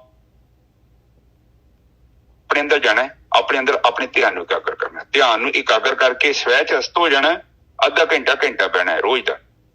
ਉਸ ਤੋਂ ਬਾਅਦ ਤੁਹਾਡੇ ਅੰਦਰ ਜਿਹੜਾ ਨਾ ਆਤਮਾ ਤੱਤ ਦਾ ਪ੍ਰਕਾਸ਼ ਹੋ ਜਾਣਾ। ਇੱਕ ਤਾਂ ਤੁਹਾਡੇ ਸਰੀਰ 'ਚ ਪ੍ਰਕਾਸ਼ ਹੋਣਾ ਹੈ। ਸਰੀਰ ਦਾ ਪ੍ਰਕਾਸ਼ ਜਿਹੜਾ ਹੈਗਾ ਉਹਨੇ ਤੁਹਾਡੀਆਂ ਇੰਦਰੀਆਂ ਨੂੰ ਕੀ ਕਰਨਾ ਹੈ, ਨਿਸ਼ਕਿਰਿਆ ਕਰ ਦੇਣਾ ਹੈ, ਕਿਉਂਕਿ ਉਹਨੇ ਸਾਰੀ ਜੋਤੀ ਚੁੱਕ ਕੇ ਉੱਪਰ ਲੈ ਜਾਣੀ ਹੈ। ਸਹਸਰਾ ਚੱਕਰ ਜਿਹਨੂੰ ਆਪਾਂ ਕਹਿੰਦੇ ਹਾਂ, ਉੱਪਰ ਜਿਹੜਾ ਸਭ ਤੋਂ ਉੱਪਰ ਹੈ, ਇੱਥੇ ਚੱਲ ਜਾਣਾ ਹੈ। ਜਿੱਦਾਂ ਮੂਸਲ ਬੰਨ ਦਈਦਾ ਨਾ, ਮੂਸਲ ਨੂੰ ਦੇਖੋ, ਮੂਸਲ ਦੇ ਉੱਤੇ ਨਾ ਜੁੰਡੀ ਜੀ ਬੰਨ ਦਿੰਦੇ ਆ ਨਿੱਜਾ ਸਾਹਿਬ। ਹਾਂਜੀ ਬਿਲਕੁਲ ਬੰਨ ਦਿੰਦੇ। ਉਸੇ ਹੀ ਤਰ੍ਹਾਂ ਤੁਹਾਡੀਆਂ ਇੰਦਰੀਆਂ ਦਾ ਜਿਹੜੀ ਜੁੰਡੀ ਹੈ ਨਾ ਉੱਤੇ ਬੰਨ ਦੇਣੀ ਆਪਾਂ, ਤੇ ਪ੍ਰਾਣ ਨੇ ਬੰਨ ਦੇਣੀ, ਉੱਤੇ ਗੰਢ ਮਾਰ ਦੇਣੀ ਆ। ਉਸ ਤੋਂ ਬਾਅਦ ਤੁਹਾਡੀਆਂ ਜਿਹੜੀਆਂ ਇੰਦਰੀਆਂ ਨੇ ਬਾਹਰ ਮੁਖੀ ਨਹੀਂ ਹੋ ਸਕਦੀਆਂ, ਆਪਣੇ ਆਪ ਹੀ ਇਹਨਾਂ ਅੰਦਰ ਮੁਖੀ ਆਈ ਜਾਣਾ ਹੌਲੀ ਹੌਲੀ। ਜਿੱਦਾਂ ਮੱਕੜੀ ਦੇਖੋ ਨਾ, ਮੱਕੜੀ ਕੀ ਕਰਦੀ, ਆਪਣੇ ਮੂੰਹ ਚੋਂ ਜਾਲਾ ਬਾਹਰ ਕੱਢਦੀ ਹੈ, ਮੂੰਹ ਚੋਂ ਜਾਲਾ ਬਾਹਰ ਕੱਢਦੀ ਆ। ਇੱਕ ਸਮਾਂ ਆਉਂਦਾ ਹੈ ਉਹ ਜਾਲਾ ਬਣਾਉਂਦੀ ਹੈ, ਜਾਲੇ ਦੇ ਵਿੱਚ ਹੀ ਰਹਿੰਦੀ ਹੈ। ਇਸੇ ਹੀ ਤਰ੍ਹਾਂ ਤੁਹਾਡੇ ਮਨ ਨੇ ਜਿਹੜਾ ਵਿਚਾਰਾਂ ਦਾ ਮੰਡਲ ਬਾਹਰ ਬਣਾਇਆ ਨਾ, ਉਹਨੂੰ ਇਕੱਠਾ ਕਰਨਾ ਹੈ, ਇਕੱਠਾ ਕਰਦੇ ਜਾਣਾ। ਜਿੱਦਾਂ ਜਾਲੇ ਨੂੰ ਖਾਂਦੀ ਜਾਂਦੀ ਆ, ਉਹ ਸਾਰਾ ਜਾਲਾ ਆਪਣੇ ਅੰਦਰ ਖਿੱਚ ਲੈਂਦੀ ਹੈ। ਉਸੇ ਹੀ ਤੁਹਾਡੇ ਮਨ ਨੇ ਕੀ ਕਰਨਾ ਹੈ, ਉਸੇ ਹੀ ਤਰ੍ਹਾਂ ਤੁਹਾਡੇ ਮਨ ਨੇ ਸਾਰੇ ਸੰਸਾਰ ਨੂੰ, ਵਿਚਾਰ ਮੰਡਲ ਨੂੰ ਅੰਦਰ ਖਿੱਚ ਲੈਣਾ, ਔਰ ਗੱਲ ਖਤਮ ਹੋ ਜਾਣੀ। ਇੱਕ ਛੋਟਾ ਜਿਹਾ ਹੀ ਕੰਮ ਆ। ਜਿਵੇਂ ਜਿਵੇਂ ਵਿਚਾਰਾਂ ਦਾ ਵਿਸਥਾਰ ਕਰਦਾ ਜਾਊਗਾ, ਤੁਹਾਡੀ ਜ਼ਿੰਦਗੀ 'ਚ ਸੁੱਖ, ਸ਼ਾਂਤੀ, ਸਹਿਜਤਾ ਆਵੇਗਾ। ਜਿੰਨਾ ਆਪਾਂ ਜ਼ਿਆਦਾ ਬਾਹਰ ਮੁਖੀ ਹੋਵਾਂਗੇ, ਉਹਨਾਂ ਆਪਾਂ ਦੁਖੀ ਤੇ ਪਰੇਸ਼ਾਨ ਹੋਵਾਂਗੇ। ਠੀਕ ਹੈ ਨਾ ਜੀ ਸਾਹਿਬ, ਅੱਗੇ ਚੱਲੀਏ। ਬਹੁਤ ਵਧੀਆ ਜੀ। ਕਬਿਤ ਪੜ੍ਹੇ ਪੜ੍ਹ ਰਹਾਓ, ਕਬਿਤ ਪੜ੍ਹੇ ਪੜ੍ਹ ਕਬਿਤਾ ਮੂਏ, ਕੱਪੜ ਕੇਦਾਰੇ ਜਾਈ। ਕਹਿੰਦੇ ਦੇਖੋ ਹੁਣ ਇਹ ਕਬੀਰ ਜੀ ਜਿਹੜੇ ਹੈਗੇ ਅੱਗੇ ਆਪਾਂ ਨੂੰ ਇਹ ਸ਼ਬਦ ਜਿਹੜਾ ਹੈਗਾ ਇਹ ਭਾਵ ਦੱਸ ਰਹੇ ਆ ਵੀ ਹਨੇਰਾ ਕਿਵੇਂ ਦਾ ਹਨੇਰਾ ਫੈਲਿਆ ਹੋਇਆ ਹੈ, ਕਿਵੇਂ ਜਿਹੜੇ ਹੈਗੇ ਲੋਕੀ ਜਿਹੜੇ ਹੈਗੇ ਇਹ ਹਿੰਦੂ ਮੁਸਲਮਾਨ ਦਾ ਐਗਜ਼ਾਮਪਲ ਆ। ਸਾਰੇ ਜਿਹੜੇ ਹੈਗੇ ਮਨੁੱਖ ਜਿਹੜੇ ਹੈਗੇ ਕਿਸ ਤਰੀਕੇ ਦੇ ਨਾਲ ਜਿਹੜਾ ਹੈਗਾ ਆਪਣਾ ਜੀਵਨ ਜਿਹੜਾ ਹੈਗਾ ਅਜਾਈਂ ਗਵਾ ਰਹੇ ਆ, ਇਹ ਹਨੇਰੇ ਦੇ ਵਿੱਚ ਠੇਡੇ ਖਾ ਰਹੇ ਆ। ਕਬਿਤ ਪੜ੍ਹੇ ਪੜ੍ਹ ਕਬਿਤਾ ਮੂਏ। ਕਹਿੰਦੇ ਜਿਹੜੇ ਕਵੀ ਹੁੰਦੇ, ਕਵੀ ਕਹਿੰਦੇ ਜਿਹੜੇ ਬੁੱਧੀਮਾਨ ਲੋਕੀ ਹੁੰਦੇ ਆ, ਕਹਿੰਦੇ ਕੀ ਕਰਦੇ ਆ, ਕਵਿਤਾ ਪੜ੍ਹਦੇ ਆ। ਕਵਿਤਾ ਮਤਲਬ ਇਹ ਗ੍ਰੰਥ ਜਿਹੜੇ ਹੈਗੇ ਇਹ ਇਹਨਾਂ ਨੂੰ ਪੜ੍ਹਦੇ ਆ, ਪੋਇਟਰੀ ਵਗੈਰਾ ਇਹ ਪੜ੍ਹਦੇ ਆ, ਅਤੇ ਪੜ੍ਹ ਕੇ ਕਹਿੰਦੇ ਆ ਫਿਰ ਉਹਨਾਂ ਨੂੰ ਮੁਗਾਲਤਾ ਹੋ ਜਾਂਦਾ ਹੈ, ਉਹਨਾਂ ਨੂੰ ਹੰਕਾਰ ਹੋ ਜਾਂਦਾ ਹੈ। ਫਿਰ ਉਹ ਜਿਹੜੇ ਹੈਗੇ ਸਮਝਦੇ ਆ ਅਸੀਂ ਜਿਹੜੇ ਹੈਗੇ ਬਹੁਤ ਗਿਆਨੀ ਹੋ ਗਏ ਆ। ਕੱਪੜ ਕੇਦਾਰੇ ਜਾਈ, ਕਾਪੜੀਏ ਜਿਹੜੇ ਹੈਗੇ ਉਹ ਵੀ ਯਾਤਰਾ 'ਤੇ ਨਿਕਲੇ ਹੁੰਦੇ ਆ। ਸਵੇਰੇ ਨਿਕਲ ਜਾਂਦੇ 12-2 ਵਜੇ ਜਿਹੜੇ ਹੈਗੇ, ਕੋਈ ਕੇਦਾਰਨਾਥ ਜਾਂਦਾ ਹੈ, ਕੋਈ ਕਿਤੇ ਜਾਂਦਾ ਹੈ, ਮਿੱਥ ਕੇ ਜਿਹੜੇ ਹੈਗੇ ਉਹਨਾਂ ਨੇ ਯਾਤਰਾ ਕਰੀ ਜਾਣਾ ਹੈ। ਕਬਿਤ ਪੜ੍ਹੇ ਪੜ੍ਹ ਕਬਿਤਾ ਮੂਏ। ਇਸ ਤਰੀਕੇ ਦੇ ਨਾਲ ਜਿਹੜੇ ਹੈਗੇ ਲੋਕੀ ਜਿਹੜੇ ਹੈਗੇ ਗਿਆਨੀ ਜਿਹੜੇ ਹੈ ਇਸ ਤਰੀਕੇ ਦੇ ਨਾਲ ਆਪਣਾ ਜੀਵਨ ਜਿਹੜਾ ਹੈ ਜਾਈਂ ਗਵਾ ਦਿੰਦੇ ਆ। ਔਰ ਦੂਸਰੇ ਜਿਹੜੇ ਹੈਗੇ ਉਹ ਜਿਹੜੇ ਹੈਗੇ ਤੀਰਥਾਂ 'ਤੇ ਜਾ ਕੇ ਜਟਾ ਤਾਰ ਜੋਗੀ ਮੂਏ, ਤੇਰੀ ਗਤ ਇਨੇ ਨਾ ਪਾਈ। ਕਹਿੰਦੇ ਜਟਾਵਾਂ ਰੱਖ ਕੇ, ਭਾਰੀ ਭੇਖ ਰੱਖ ਕੇ ਜੋਗੀ ਜਿਹੜੇ ਹੈਗੇ, ਜੋਗੀ ਇਕੱਲੇ ਜੋਗੀ ਹਿੰਦੂਆਂ ਦੇ ਜੋਗੀਆਂ ਦੀ ਗੱਲ ਨਹੀਂ ਹੈ, ਸਾਰੇ ਜਿਹੜੇ ਹਿੰਦੂ ਮੁਸਲਮਾਨ ਸਿੱਖ ਈਸਾਈ ਸਾਰੇ ਦੇ ਸਾਰੇ ਜਿਹੜੇ ਹੈਗੇ ਇਸੇ ਤਰੀਕੇ ਦੇ ਨਾਲ ਬਾਹਰੀ ਭੇਖ ਦੇ ਨਾਲ ਹੀ ਤਾਂ ਹੈਗੇ ਲੱਗੇ ਹੋਏ, ਹਾਲੇ ਵੀ ਲੱਗੇ ਹੋਏ ਆ। ਜਟਾ ਤਾਰ ਜੋਗੀ ਮੂਏ, ਤੇਰੀ ਗਤ ਇਨੇ ਨਾ ਪਾਈ। ਕਹਿੰਦੇ ਪਾਏ ਨਹੀਂ, ਤੇਰੇ ਤੇ ਮਾਲਕ ਪਰਮਾਤਮਾ ਦੇ ਬਾਰੇ ਜਾਣਕਾਰੀ ਇਹਨਾਂ ਨੇ ਨਹੀਂ ਪਾਈ। ਇੰਨੀ ਗਾਰੰਟੀ ਦੇ ਰਹੇ ਕਬੀਰ ਜੀ। ਹਾਂਜੀ ਵੀਰ ਜੀ। ਹਾਂਜੀ ਬਿਲਕੁਲ ਠੀਕ ਹੈ ਜੀ। ਦੇਖੋ ਜਦੋਂ ਆਪਾਂ ਅੰਦਰੋਂ ਬਦਲ ਜਾਂਦੇ ਹਾਂ ਨਾ, ਤਾਂ ਸੰਸਾਰ ਆਪਣੇ ਆਪ ਹੀ ਬਦਲ ਜਾਂਦਾ। ਜੇਕਰ ਆਪਾਂ ਬਾਹਰੀ ਭੇਸ ਨੂੰ ਬਦਲ ਕੇ ਆਪਣੇ ਆਪ ਨੂੰ ਧਾਰਮਿਕ ਸਮਝ ਰਹੇ ਹਾਂ, ਤੇ ਬਾਣੀ ਦੇ ਵਿੱਚ ਇਸ ਚੀਜ਼ ਨੂੰ ਜ਼ਿਆਦਾ ਪਸੰਦ ਨਹੀਂ ਕੀਤਾ ਗਿਆ, ਮਨਾ ਕੀਤਾ ਗਿਆ। ਕਿਉਂਕਿ ਆਪ ਜਸਟ ਸੋਚੋ, ਮੈਂ ਆਪ ਜੀ ਨੂੰ ਕੁਛ ਵੀ ਨਹੀਂ ਕਹਿੰਦਾ, ਨਾ ਤੁਸੀਂ ਮੈਨੂੰ ਜਾਣਦੇ ਜੋ ਮੈਂ ਕੌਣ ਆ। 1 ਸੈਕਿੰਡ ਨਜ਼ਰ ਮਾਰੋ, ਆਪ ਆਪਣੇ ਜੀਵਨ ਤੇ ਨਜ਼ਰ ਮਾਰੋ। ਬਸ ਤੁਸੀਂ ਬਾਹਰੀ ਜੋ ਕੁਛ ਚੇਂਜ ਕੀਤਾ ਹੈ, ਕਿ ਸੱਚੀ ਉਹਦੇ ਨਾਲ ਤੁਹਾਡੇ ਅੰਦਰ ਕੋਈ ਚੇਂਜਸ ਆਈ ਹੈ? ਮੈਨੂੰ ਨਹੀਂ ਦੱਸਣਾ, ਤੁਸੀਂ ਆਪਣੇ ਬਾਰੇ ਆਪਣੇ ਤੋਂ ਸਵਾਲ ਕਰੋ, ਕਿਉਂਕਿ ਤੁਹਾਡਾ ਨਿੱਜੀ ਸਵਾਲ ਹੈ। ਤੁਸੀਂ ਜੋ ਵੀ ਬਾਹਰੀ ਮੁਖੀ ਕੀਤਾ ਹੈ, ਕਿ ਸੱਚੀ ਉਹਦੇ ਨਾਲ ਤੁਹਾਡਾ ਮਨ ਸ਼ਾਂਤ ਹੋ ਗਿਆ? ਤੁਹਾਨੂੰ ਕੋਈ ਗੁੱਸੇ ਵਾਲੀ ਗੱਲ ਕਰਦਾ ਹੈ, ਤੁਹਾਨੂੰ ਕ੍ਰੋਧ ਨਹੀਂ ਹੁੰਦਾ? ਤੁਹਾਨੂੰ ਕੋਈ ਮਾੜਾ ਲਫ਼ਜ਼ ਜਵਾਬ ਬੋਲਦੇ ਤੇ ਤੁਹਾਡੇ ਚਿੱਤ 'ਚ ਕੋਈ ਤਰੰਗ ਨਹੀਂ ਪੈਦਾ ਹੁੰਦੀ। ਤੁਹਾਡੇ ਪੈਸੇ ਗਵਾਚ ਜਾਣ, ਨੁਕਸਾਨ ਹੋ ਜਾਏ ਜਾਂ ਤੁਹਾਡਾ ਫਾਇਦਾ ਹੋ ਜਾਏ, ਕਿ ਤੁਹਾਡੇ ਚਿੱਤ 'ਚ ਕੋਈ ਹਲਚਲ ਨਹੀਂ ਪੈਦਾ ਹੁੰਦੀ। ਸੋਚੋ, ਜੇਕਰ ਹੁੰਦੀ ਪਈ ਆ ਇਹਦਾ ਮਤਲਬ ਕੁਛ ਗੜਬੜ ਹੈ। ਅਜੇ ਤੁਸੀਂ ਅਚਲ ਦੇ ਵਿੱਚ ਪ੍ਰਵੇਸ਼ ਨਹੀਂ ਕੀਤੇ। ਜਦੋਂ ਵੀ ਆਪਾਂ ਅਚਲ ਮੂਰਤ ਦੇ ਵਿੱਚ ਪ੍ਰਵੇਸ਼ ਕਰਦੇ ਹਾਂ ਤੇ ਸਾਡਾ ਜੀਵਨ ਇੱਕਦਮ ਚੇਂਜ ਹੋ ਜਾਂਦਾ ਹੈ। ਬਾਹਰ ਕੁਛ ਵੀ ਹੋ ਜੇ, ਆਪ ਜਸਟ ਦੇਖੋ, ਜਦੋਂ ਰਾਜੇ ਜਨਕ ਨੂੰ ਪਤਾ ਲੱਗ ਗਿਆ ਸੁਖਦੇਵ ਮੁਨੀ ਆ ਗਿਆ ਗਿਆਨ ਲੈਣ ਦੇ ਵਾਸਤੇ, ਉਹਨਾਂ ਪਹਿਲਾਂ ਇੱਕ ਸ਼ਰਤ ਰੱਖੀ, ਬਈ ਤੈਨੂੰ ਇੱਕ ਇੱਕ ਗੇੜ ਤੇ ਕੁਝ ਦਿਨ ਰੁਕਣਾ ਪਊਗਾ। ਫਿਰ ਰਾਜਾ ਜਨਕ ਜਦੋਂ ਗਿਆਨ ਦੇ ਰਿਹਾ ਸੁਖਦੇਵ ਮੁਨੀ ਨੂੰ, ਤੇ ਸੁਖਦੇਵ ਮੁਨੀ ਜੀ ਬੈਠੇ ਨੇ ਗਿਆਨ ਲੈ ਰਹੇ ਨੇ,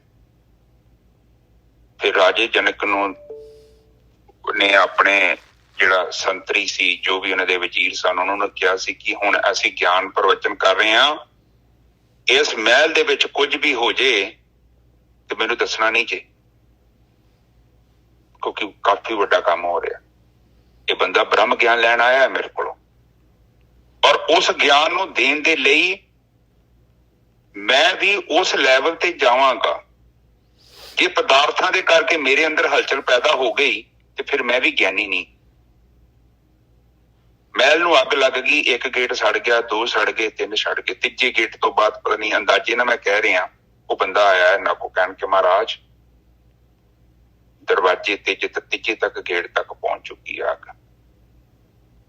ਤੇ ਮਹਾਰਾਜ ਨੇ, ਉਹਨਾਂ ਨੇ ਕਿਹਾ, ਰਾਜੇ ਜਨਕ ਨੇ ਕਿਹਾ ਮਹਾਰਾਜ ਨੇ ਕਿ ਨਹੀਂ ਬਈ, ਤੁਹਾਨੂੰ ਪਹਿਲਾਂ ਵੀ ਕਿਹਾ ਸੀ, ਸੁਖਦੇਵ ਮੁਨੀ ਨੂੰ ਗਿਆਨ ਦਿੱਤਾ ਜਾ ਰਿਹਾ ਹੈ, ਬ੍ਰਹਮ ਵਿਦਿਆ ਚੱਲ ਰਹੀ ਆ, ਆਤਮਾ ਤੱਤ ਬਾਰੇ ਦੱਸ ਰਹੇ ਆ, ਜਿਹੜਾ ਤੁਹਾਨੂੰ 5 ਮਿੰਟ ਪਹਿਲਾਂ ਮੈਂ ਦੱਸਿਆ ਨਾ, ਉਹੀ ਗਿਆਨ ਦੇ ਰਹੇ ਸੀ ਉਹ ਸੁਖਦੇਵ ਮੁਨੀ ਨੂੰ।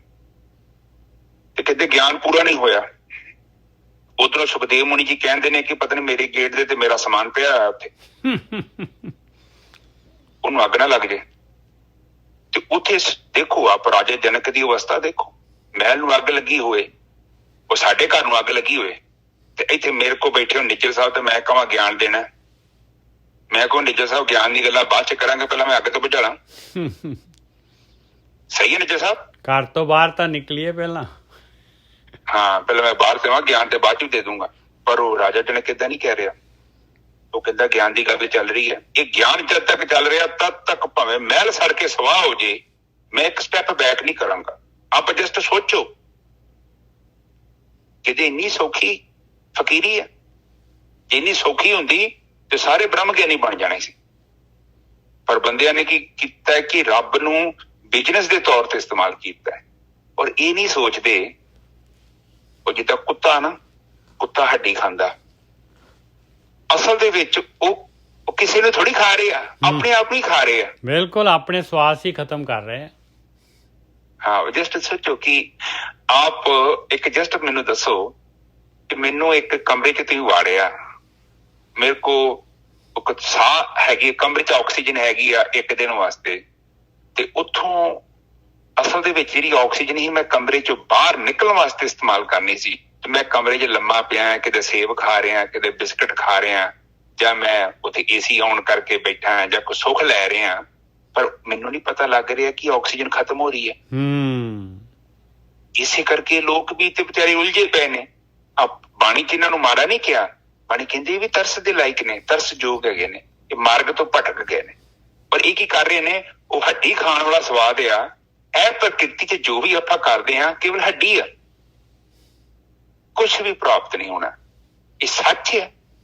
ਪ੍ਰਾਪਤ ਤੇ ਉਦੋਂ ਹੋਵੇਗਾ ਜਦੋਂ ਤੁਸੀਂ ਸੰਸਾਰ ਤੋਂ ਜਾਣਾ ਹੈ ਨਾ, ਤੁਹਾਨੂੰ ਪਤਾ ਹੋਣਾ, ਕਿਸੇ ਨੂੰ ਨਹੀਂ ਪਤਾ ਤੁਸੀਂ ਕੀ ਕੀਤਾ ਹੈ। ਆਖਰ ਤੇ ਜਦੋਂ ਤੁਸੀਂ ਸੰਸਾਰ ਤੋਂ ਜਾਓਗੇ, ਤੁਹਾਡੇ ਅੱਗੇ ਫਿਲਮ ਘੁੰਮਣੀ ਆ ਪੂਰੀ, ਫਿਰ ਤੁਸੀਂ ਕਹਿਣਾ ਕਾਸ਼ ਮੈਂ ਸਮਝਿਆ ਹੁੰਦਾ ਬਾਣੀ 'ਚ ਕੀ ਲਿਖਿਆ। ਇਹ ਜੀਵਨ ਮੈਂ ਏਦਾਂ ਹੀ ਗਵਾ ਲਿਆ, ਕੁਛ ਪ੍ਰਾਪਤੀ ਨਹੀਂ ਹੋਈ, ਏਦਾਂ ਹੀ ਲੰਘ ਗਿਆ, ਕਿਉਂਕਿ ਉਹ ਜਿਹੜਾ ਮੈਂ ਜਪਿਆ ਸੀ ਉਹ ਤੇ ਨਾਲ ਗਿਆ ਹੀ ਨਹੀਂ ਮੇਰੇ, ਕਿਉਂਕਿ ਮੇਰੇ ਅੰਦਰ ਤੇ ਸਾਰਾ ਕੁਝ, ਅੰਦਰ ਮਹਿਲ ਹੈਗੀ ਆ, ਕਾਲਖ ਹੈਗੀ ਆ। ਇਹ ਕਾਲਖ ਮੈਨੂੰ ਪਤਾ ਮੇਰੇ ਅੰਦਰ ਹੈਗੀ ਆ, ਔਰ ਤੁਹਾਨੂੰ ਵੀ ਪਤਾ ਹੈ ਤੁਹਾਡੇ ਅੰਦਰ ਕੀ ਹੈ, ਚਾਨਣੇ ਹੈ ਜਾਂ ਕਾਲਖ ਹੈ। ਸੋ ਇੱਥੇ ਆਪਾਂ ਜਿੰਨਾ ਵੀ ਗਿਆਨ ਦੀ ਗੱਲ ਕਰਨੀ ਆ, ਉਹ ਪ੍ਰੈਕਟੀਕਲ ਗੱਲ ਆ, ਕੋਈ ਗੱਪ ਨਹੀਂ ਹੈਗੀ, ਕੋਈ ਕਲਪਨਾ ਨਹੀਂ ਹੈਗੀ। ਜਿਹੜਾ ਬਾਹਰ ਜਿਹੜਾ ਗਿਆਨ ਹੈ ਨਾ ਤਾਈਓ ਤੇ ਮਨਾ ਕਰਦੀ ਹੈ ਬਾਣੀ, ਖਾਸ ਕਰਕੇ ਕਿ ਪੜ ਗੱਡੇ ਲੱਦੀਏ, ਤੂੰ ਪੜ ਗੱਡੇ ਤੇ ਲੱਦੀ ਜਾਂਦੇ ਆ ਅਵਰ ਉਪਦੇਸ਼ੇ, ਤੇ ਫਿਰ ਦੂਜਿਆਂ ਨੂੰ ਉਪਦੇਸ਼ ਵੀ ਕਰੀ ਜਾਂਦਾ ਕਿ ਤੂੰ ਕਰਦਾ ਹੈ। ਫਿਰ ਰਾਜੀ ਜਨਕ ਨੇ ਕੀਤਾ ਸੀ ਉਦਣ, ਇਮਤਿਹਾਨ ਦੀ ਘੜੀ ਆਈ ਆ ਸਾਹਮਣੇ, ਅੱਗ ਲੱਗੀ ਪਈ ਮਹਿਲ ਨੂੰ, ਕਹਿੰਦੇ ਬ੍ਰਹਮ ਵਿਦਿਆ ਇਹ ਨਹੀਂ ਬੰਦ ਹੋਣੀ, ਮਹਿਲ ਸੜ ਜੇ ਤੇ ਸੜ ਜੇ। ਕਿ ਸੱਚੀ ਆਪਣੀ ਅਵਸਥਾ ਹੈਗੀ ਆ ਕਿ ਆਪਾਂ ਲੋਕਾਂ ਨੂੰ ਦਿਖਾਉਣ ਵਾਸਤੇ ਕਰ ਰਹੇ ਹਾਂ ਕਿ ਮੈਂ ਬੜਾ ਵੱਡਾ ਧਾਰਮਿਕ ਹੈ ਜੀ, ਮੈਂ ਇੰਨੇ ਬਾਣੀਆਂ ਦੇ ਪਾਠ ਪੜ੍ਹਦਾ ਜੀ, ਮੈਂ ਇੰਨੇ ਲੰਗਰ ਲਾਉਂਦਾ, ਮੈਂ ਬੜਾ ਮਿਹਨਤ ਕੀਤੀ ਹੈ। ਇਹ ਪ੍ਰਮਾਤਮਾ ਜਾਣਦਾ ਜਾਂ ਤੁਸੀਂ ਖੁਦ ਜਾਣਦੇ ਜੋ? ਇਹ ਬੜਾ ਨਿੱਜੀ ਸਵਾਲ ਹੈ। ਮੇਜਰ ਸਾਹਿਬ ਅੱਗੇ ਚੱਲੀਏ। ਹਾਂਜੀ ਵੀਰ ਜੀ। ਦਰਬ ਸੰਚ ਰਾਜੇ ਮੂਏ, ਗੜਲੇ ਕੰਚਨ ਭਾਰੀ। ਕਹਿੰਦੇ ਰਾਜੇ ਕੀ ਕਰਦੇ ਆ? ਕਹਿੰਦੇ ਬਸ ਇਹ ਧਨ ਦੌਲਤ ਇਕੱਠੀ ਕਰਦੇ ਆ, ਔਰ ਇਕੱਠੀ ਕਰਕੇ ਕੀ ਕਰਦੇ ਆ, ਪਹਿਲਾਂ ਜਿਹੜਾ ਹੈਗਾ ਇਹਨੂੰ ਜ਼ਮੀਨ ਦੇ ਵਿੱਚ ਹੀ ਕੱਢਦੇ ਸੀਗੇ, ਹੋਰ ਕੋਈ ਸੇਫ ਜਗ੍ਹਾ ਸੀਗੀ ਨਹੀਂ। ਦਰਬ ਸੰਚ ਔਰ ਫਿਰ ਬਾਅਦ ਵਿੱਚ ਮਰ ਜਾਂਦੇ ਸੀਗੇ, ਉਹ ਜ਼ਮੀਨ 'ਚ ਉੱਥੇ ਦੇ ਪਈ ਰਹਿ ਜਾਂਦੀ ਸੀਗੀ।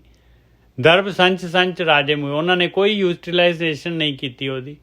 ਦਰਬ ਸੰਚ ਰਾਜੇ ਮੂਏ, ਗੜਲੇ ਕੰਚਨ ਭਾਰੀ, ਵੇਦ ਪੜ੍ਹੇ ਪਰ ਪੰਡਤ ਮੂਏ, ਰੂਪ ਦੇਖ ਨਾਰੀ। ਕਹਿੰਦੇ ਪੰਡਤ ਲੋਕੀ, ਗਿਆਨੀ ਲੋਕੀ ਜਿਹੜੇ ਆ, ਮੇਰੇ ਵਰਗੇ ਜਿਹੜੇ ਹੈਗੇ ਵਿਚਾਰਕ ਜਿਹੜੇ ਹੈਗੇ, ਉਹ ਕੀ ਕਰਦੇ ਆ? ਗਿਆਨ ਦੇ ਨਾਲ, ਇਸ ਗਿਆਨ ਦੇ ਵਿੱਚ ਹੀ ਜਿਹੜਾ ਹੈਗੇ ਆ, ਇਹਨੂੰ ਪੜ੍ਹ ਕੇ, ਇਹਨੂੰ ਸਮਝ ਕੇ ਜਿਹੜੇ ਹੈਗੇ ਆ, ਕਹਿੰਦੇ ਉਹ ਵੀ ਅਜਾਈ ਆਪਣਾ ਜਨਮ ਗਵਾ ਰਹੇ ਆ ਭਾਈ।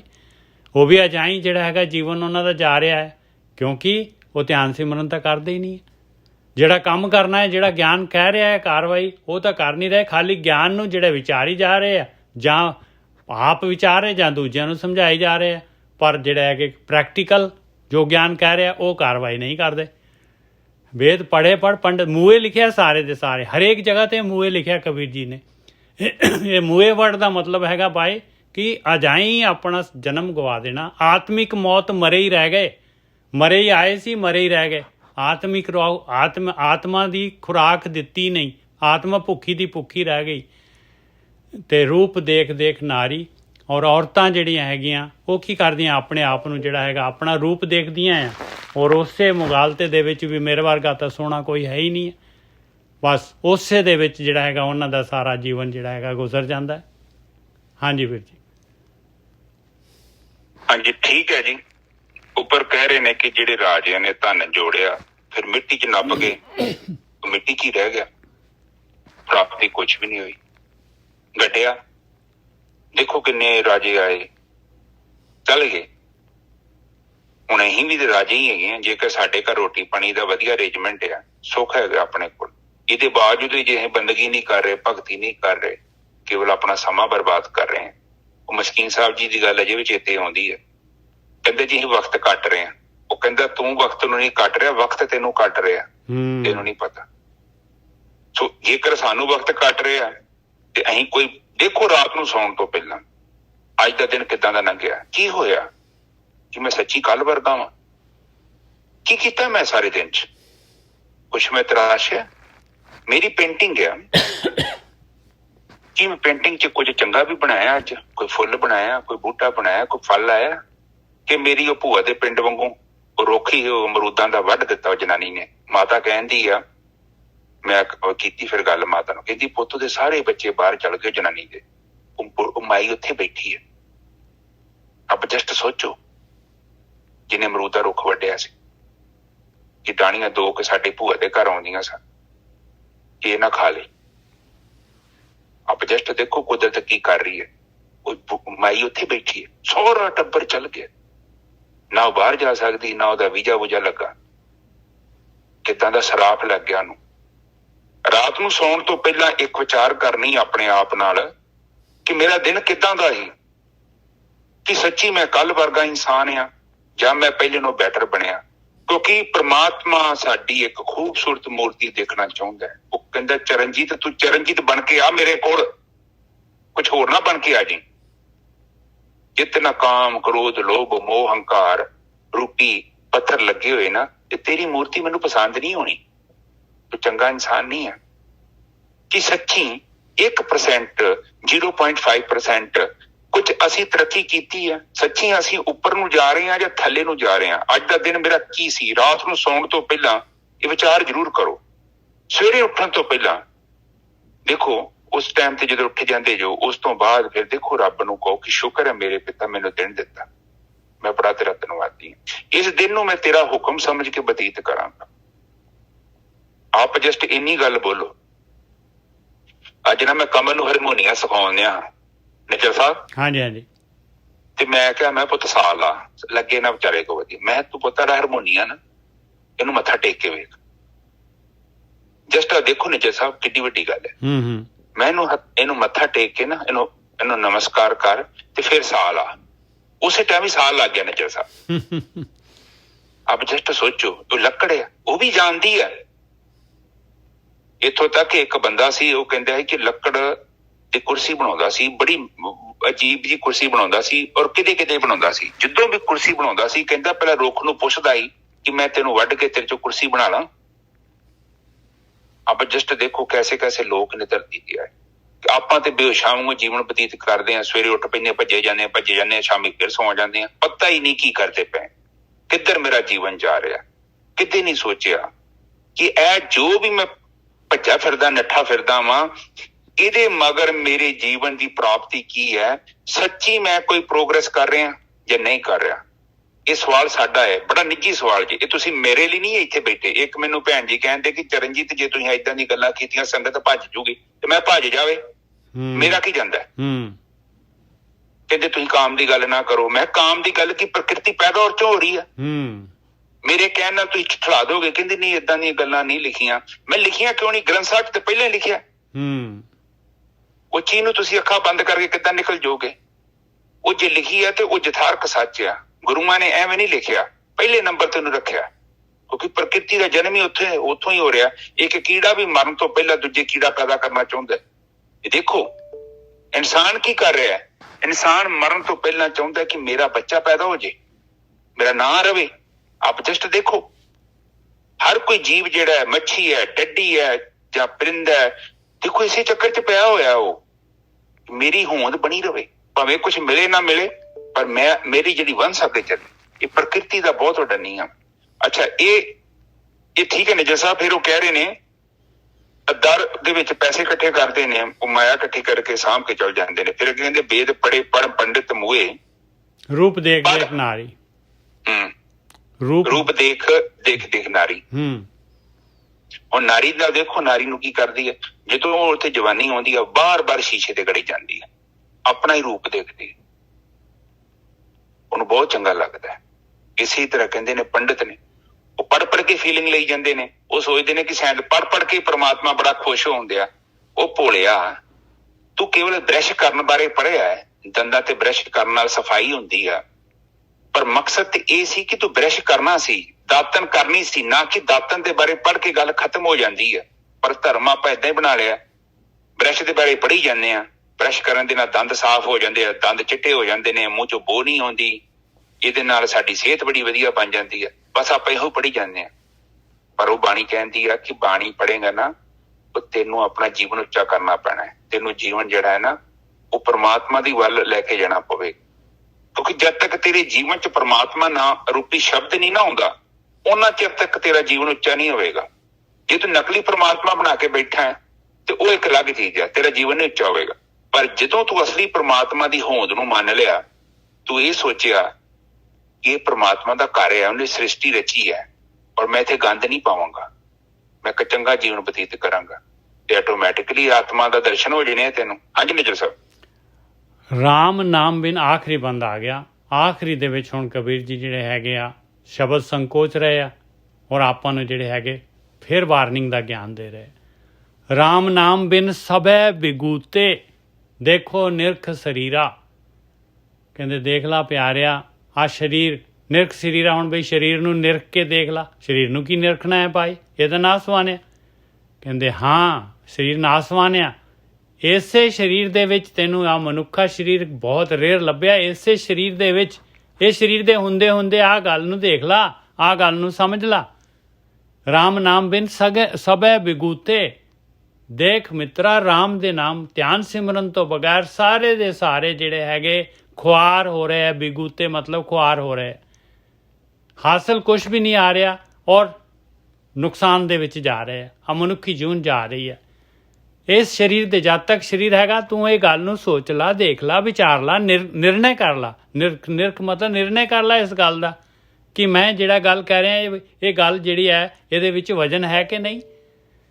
ਰਾਮ ਨਾਮ ਬਿਨ ਸਭੇ ਵਿਭੂਤੇ, ਦੇਖੋ ਨਿਰਖ ਸਰੀਰਾ, ਹਰ ਕੇ ਨਾਮ ਬਿਨ ਕਿਨੇ ਗਤ ਪਾਈ, ਕਹੇ ਉਪਦੇਸ਼ ਕਬੀਰਾ। ਕਬੀਰ ਜੀ ਉਪਦੇਸ਼ ਦੇ ਰਹੇ, ਕਹਿ ਰਹੇ ਵੀ ਪਰਮੇਸ਼ਰ ਦੇ ਨਾਮ ਤੋਂ ਬਗੈਰ, ਰਾਮ ਨਾਮ ਤੋਂ ਬਗੈਰ ਕਿਸੇ ਨੇ ਵੀ ਗਤ ਨਹੀਂ ਪਾਈ।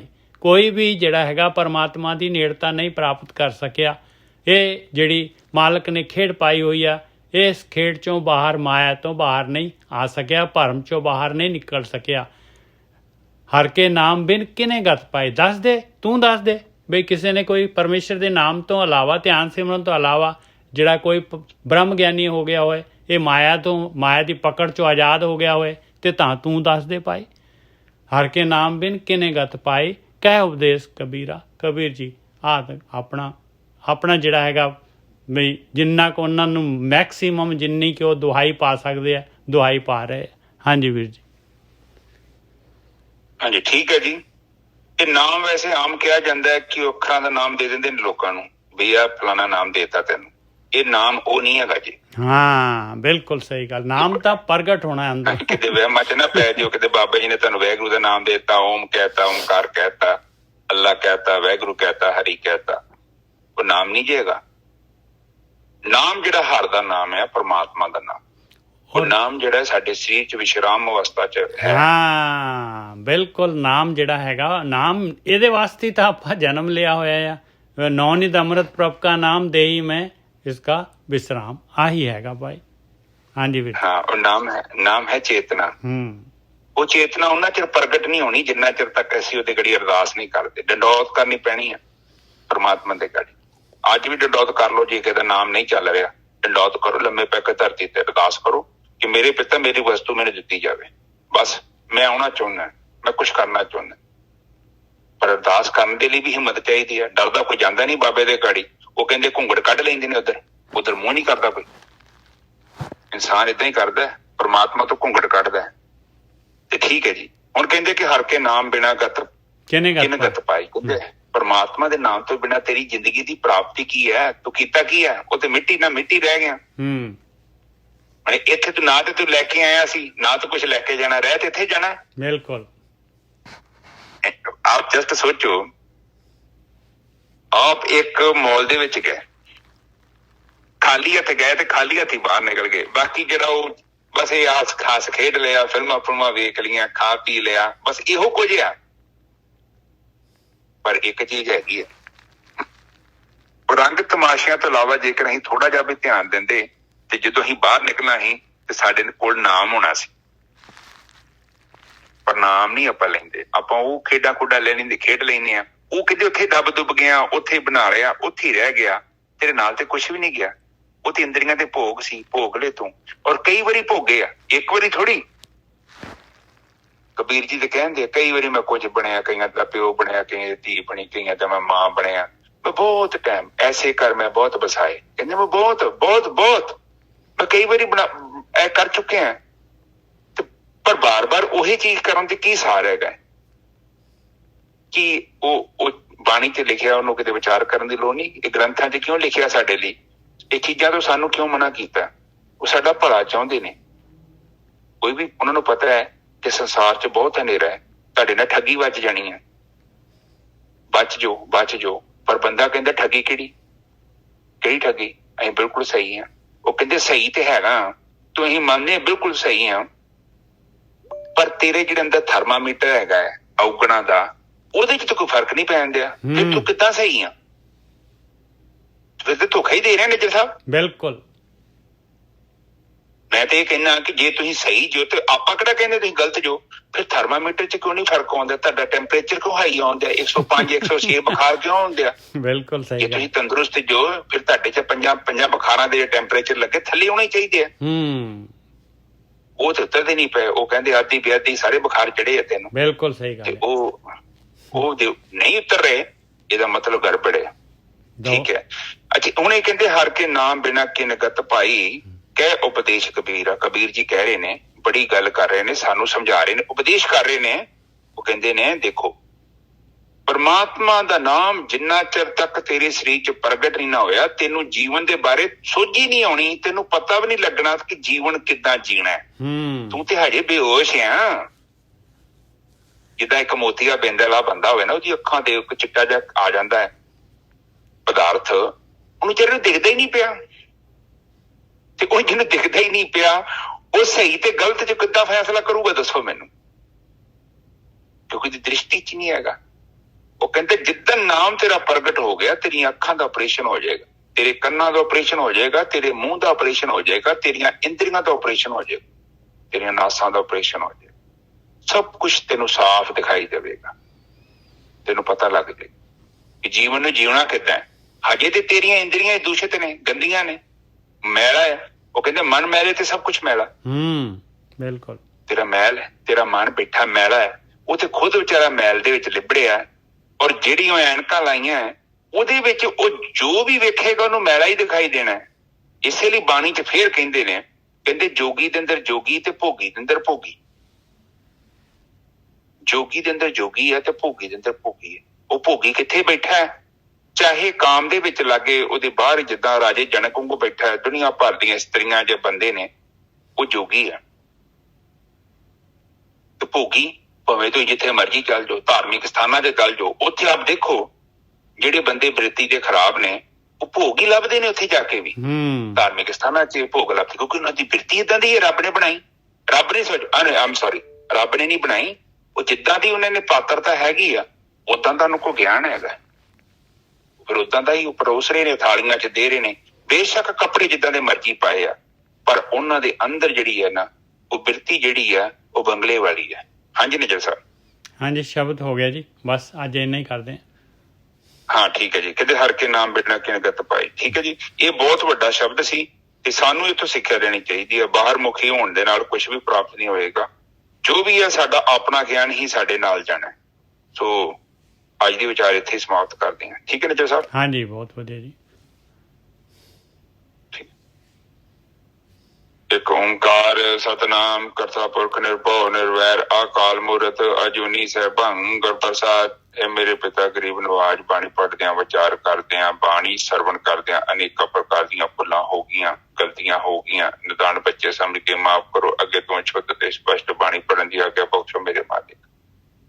ਘਰਾਂ ਵਿੱਚ ਸੁੱਖ ਸ਼ਾਂਤੀ ਬਖਸ਼ੋ, ਆਪਣਾ ਨਾਮਦਾਨ ਬਖਸ਼ੋ, ਦੇਨ ਰੋਗਤਾ ਬਖਸ਼ੋ ਮੇਰੇ ਮਾਲਿਕ, ਨਾਮਦਾਨ ਬਖਸ਼ੋ ਮੇਰੇ ਮਾਲਿਕ, ਬੰਦਗੀ ਬਖਸ਼ੋ ਮੇਰੇ ਮਾਲਿਕ। ਮੇਰੇ ਪਿਤਾ ਸੀ ਸਾਰੇ ਨਿਰਵਿਚਾਰ ਸਮਾਧੀ ਵਿੱਚ ਪ੍ਰਵੇਸ਼ ਕਰਨਾ ਚਾਹੁੰਦੇ ਹਾਂ, ਆਪ ਮਿਹਰ ਕਰੋ ਮੇਰੇ ਮਾਲਿਕ। ਵਾਹਿਗੁਰੂ ਜੀ ਕਾ ਖਾਲਸਾ, ਵਾਹਿਗੁਰੂ ਜੀ ਕੀ ਫਤਿਹ। ਵਾਹਿਗੁਰੂ ਵਾਹਿਗੁਰੂ ਵਾਹਿਗੁਰੂ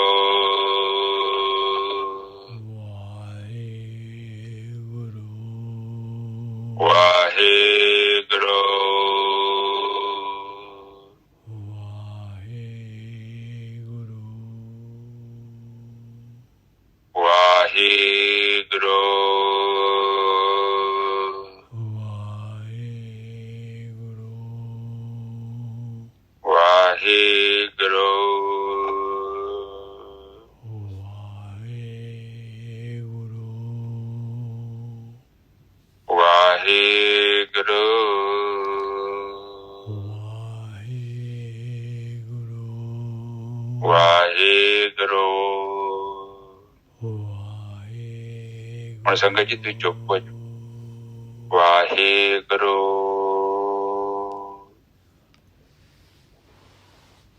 ਵਾਹਿਗੁਰੂ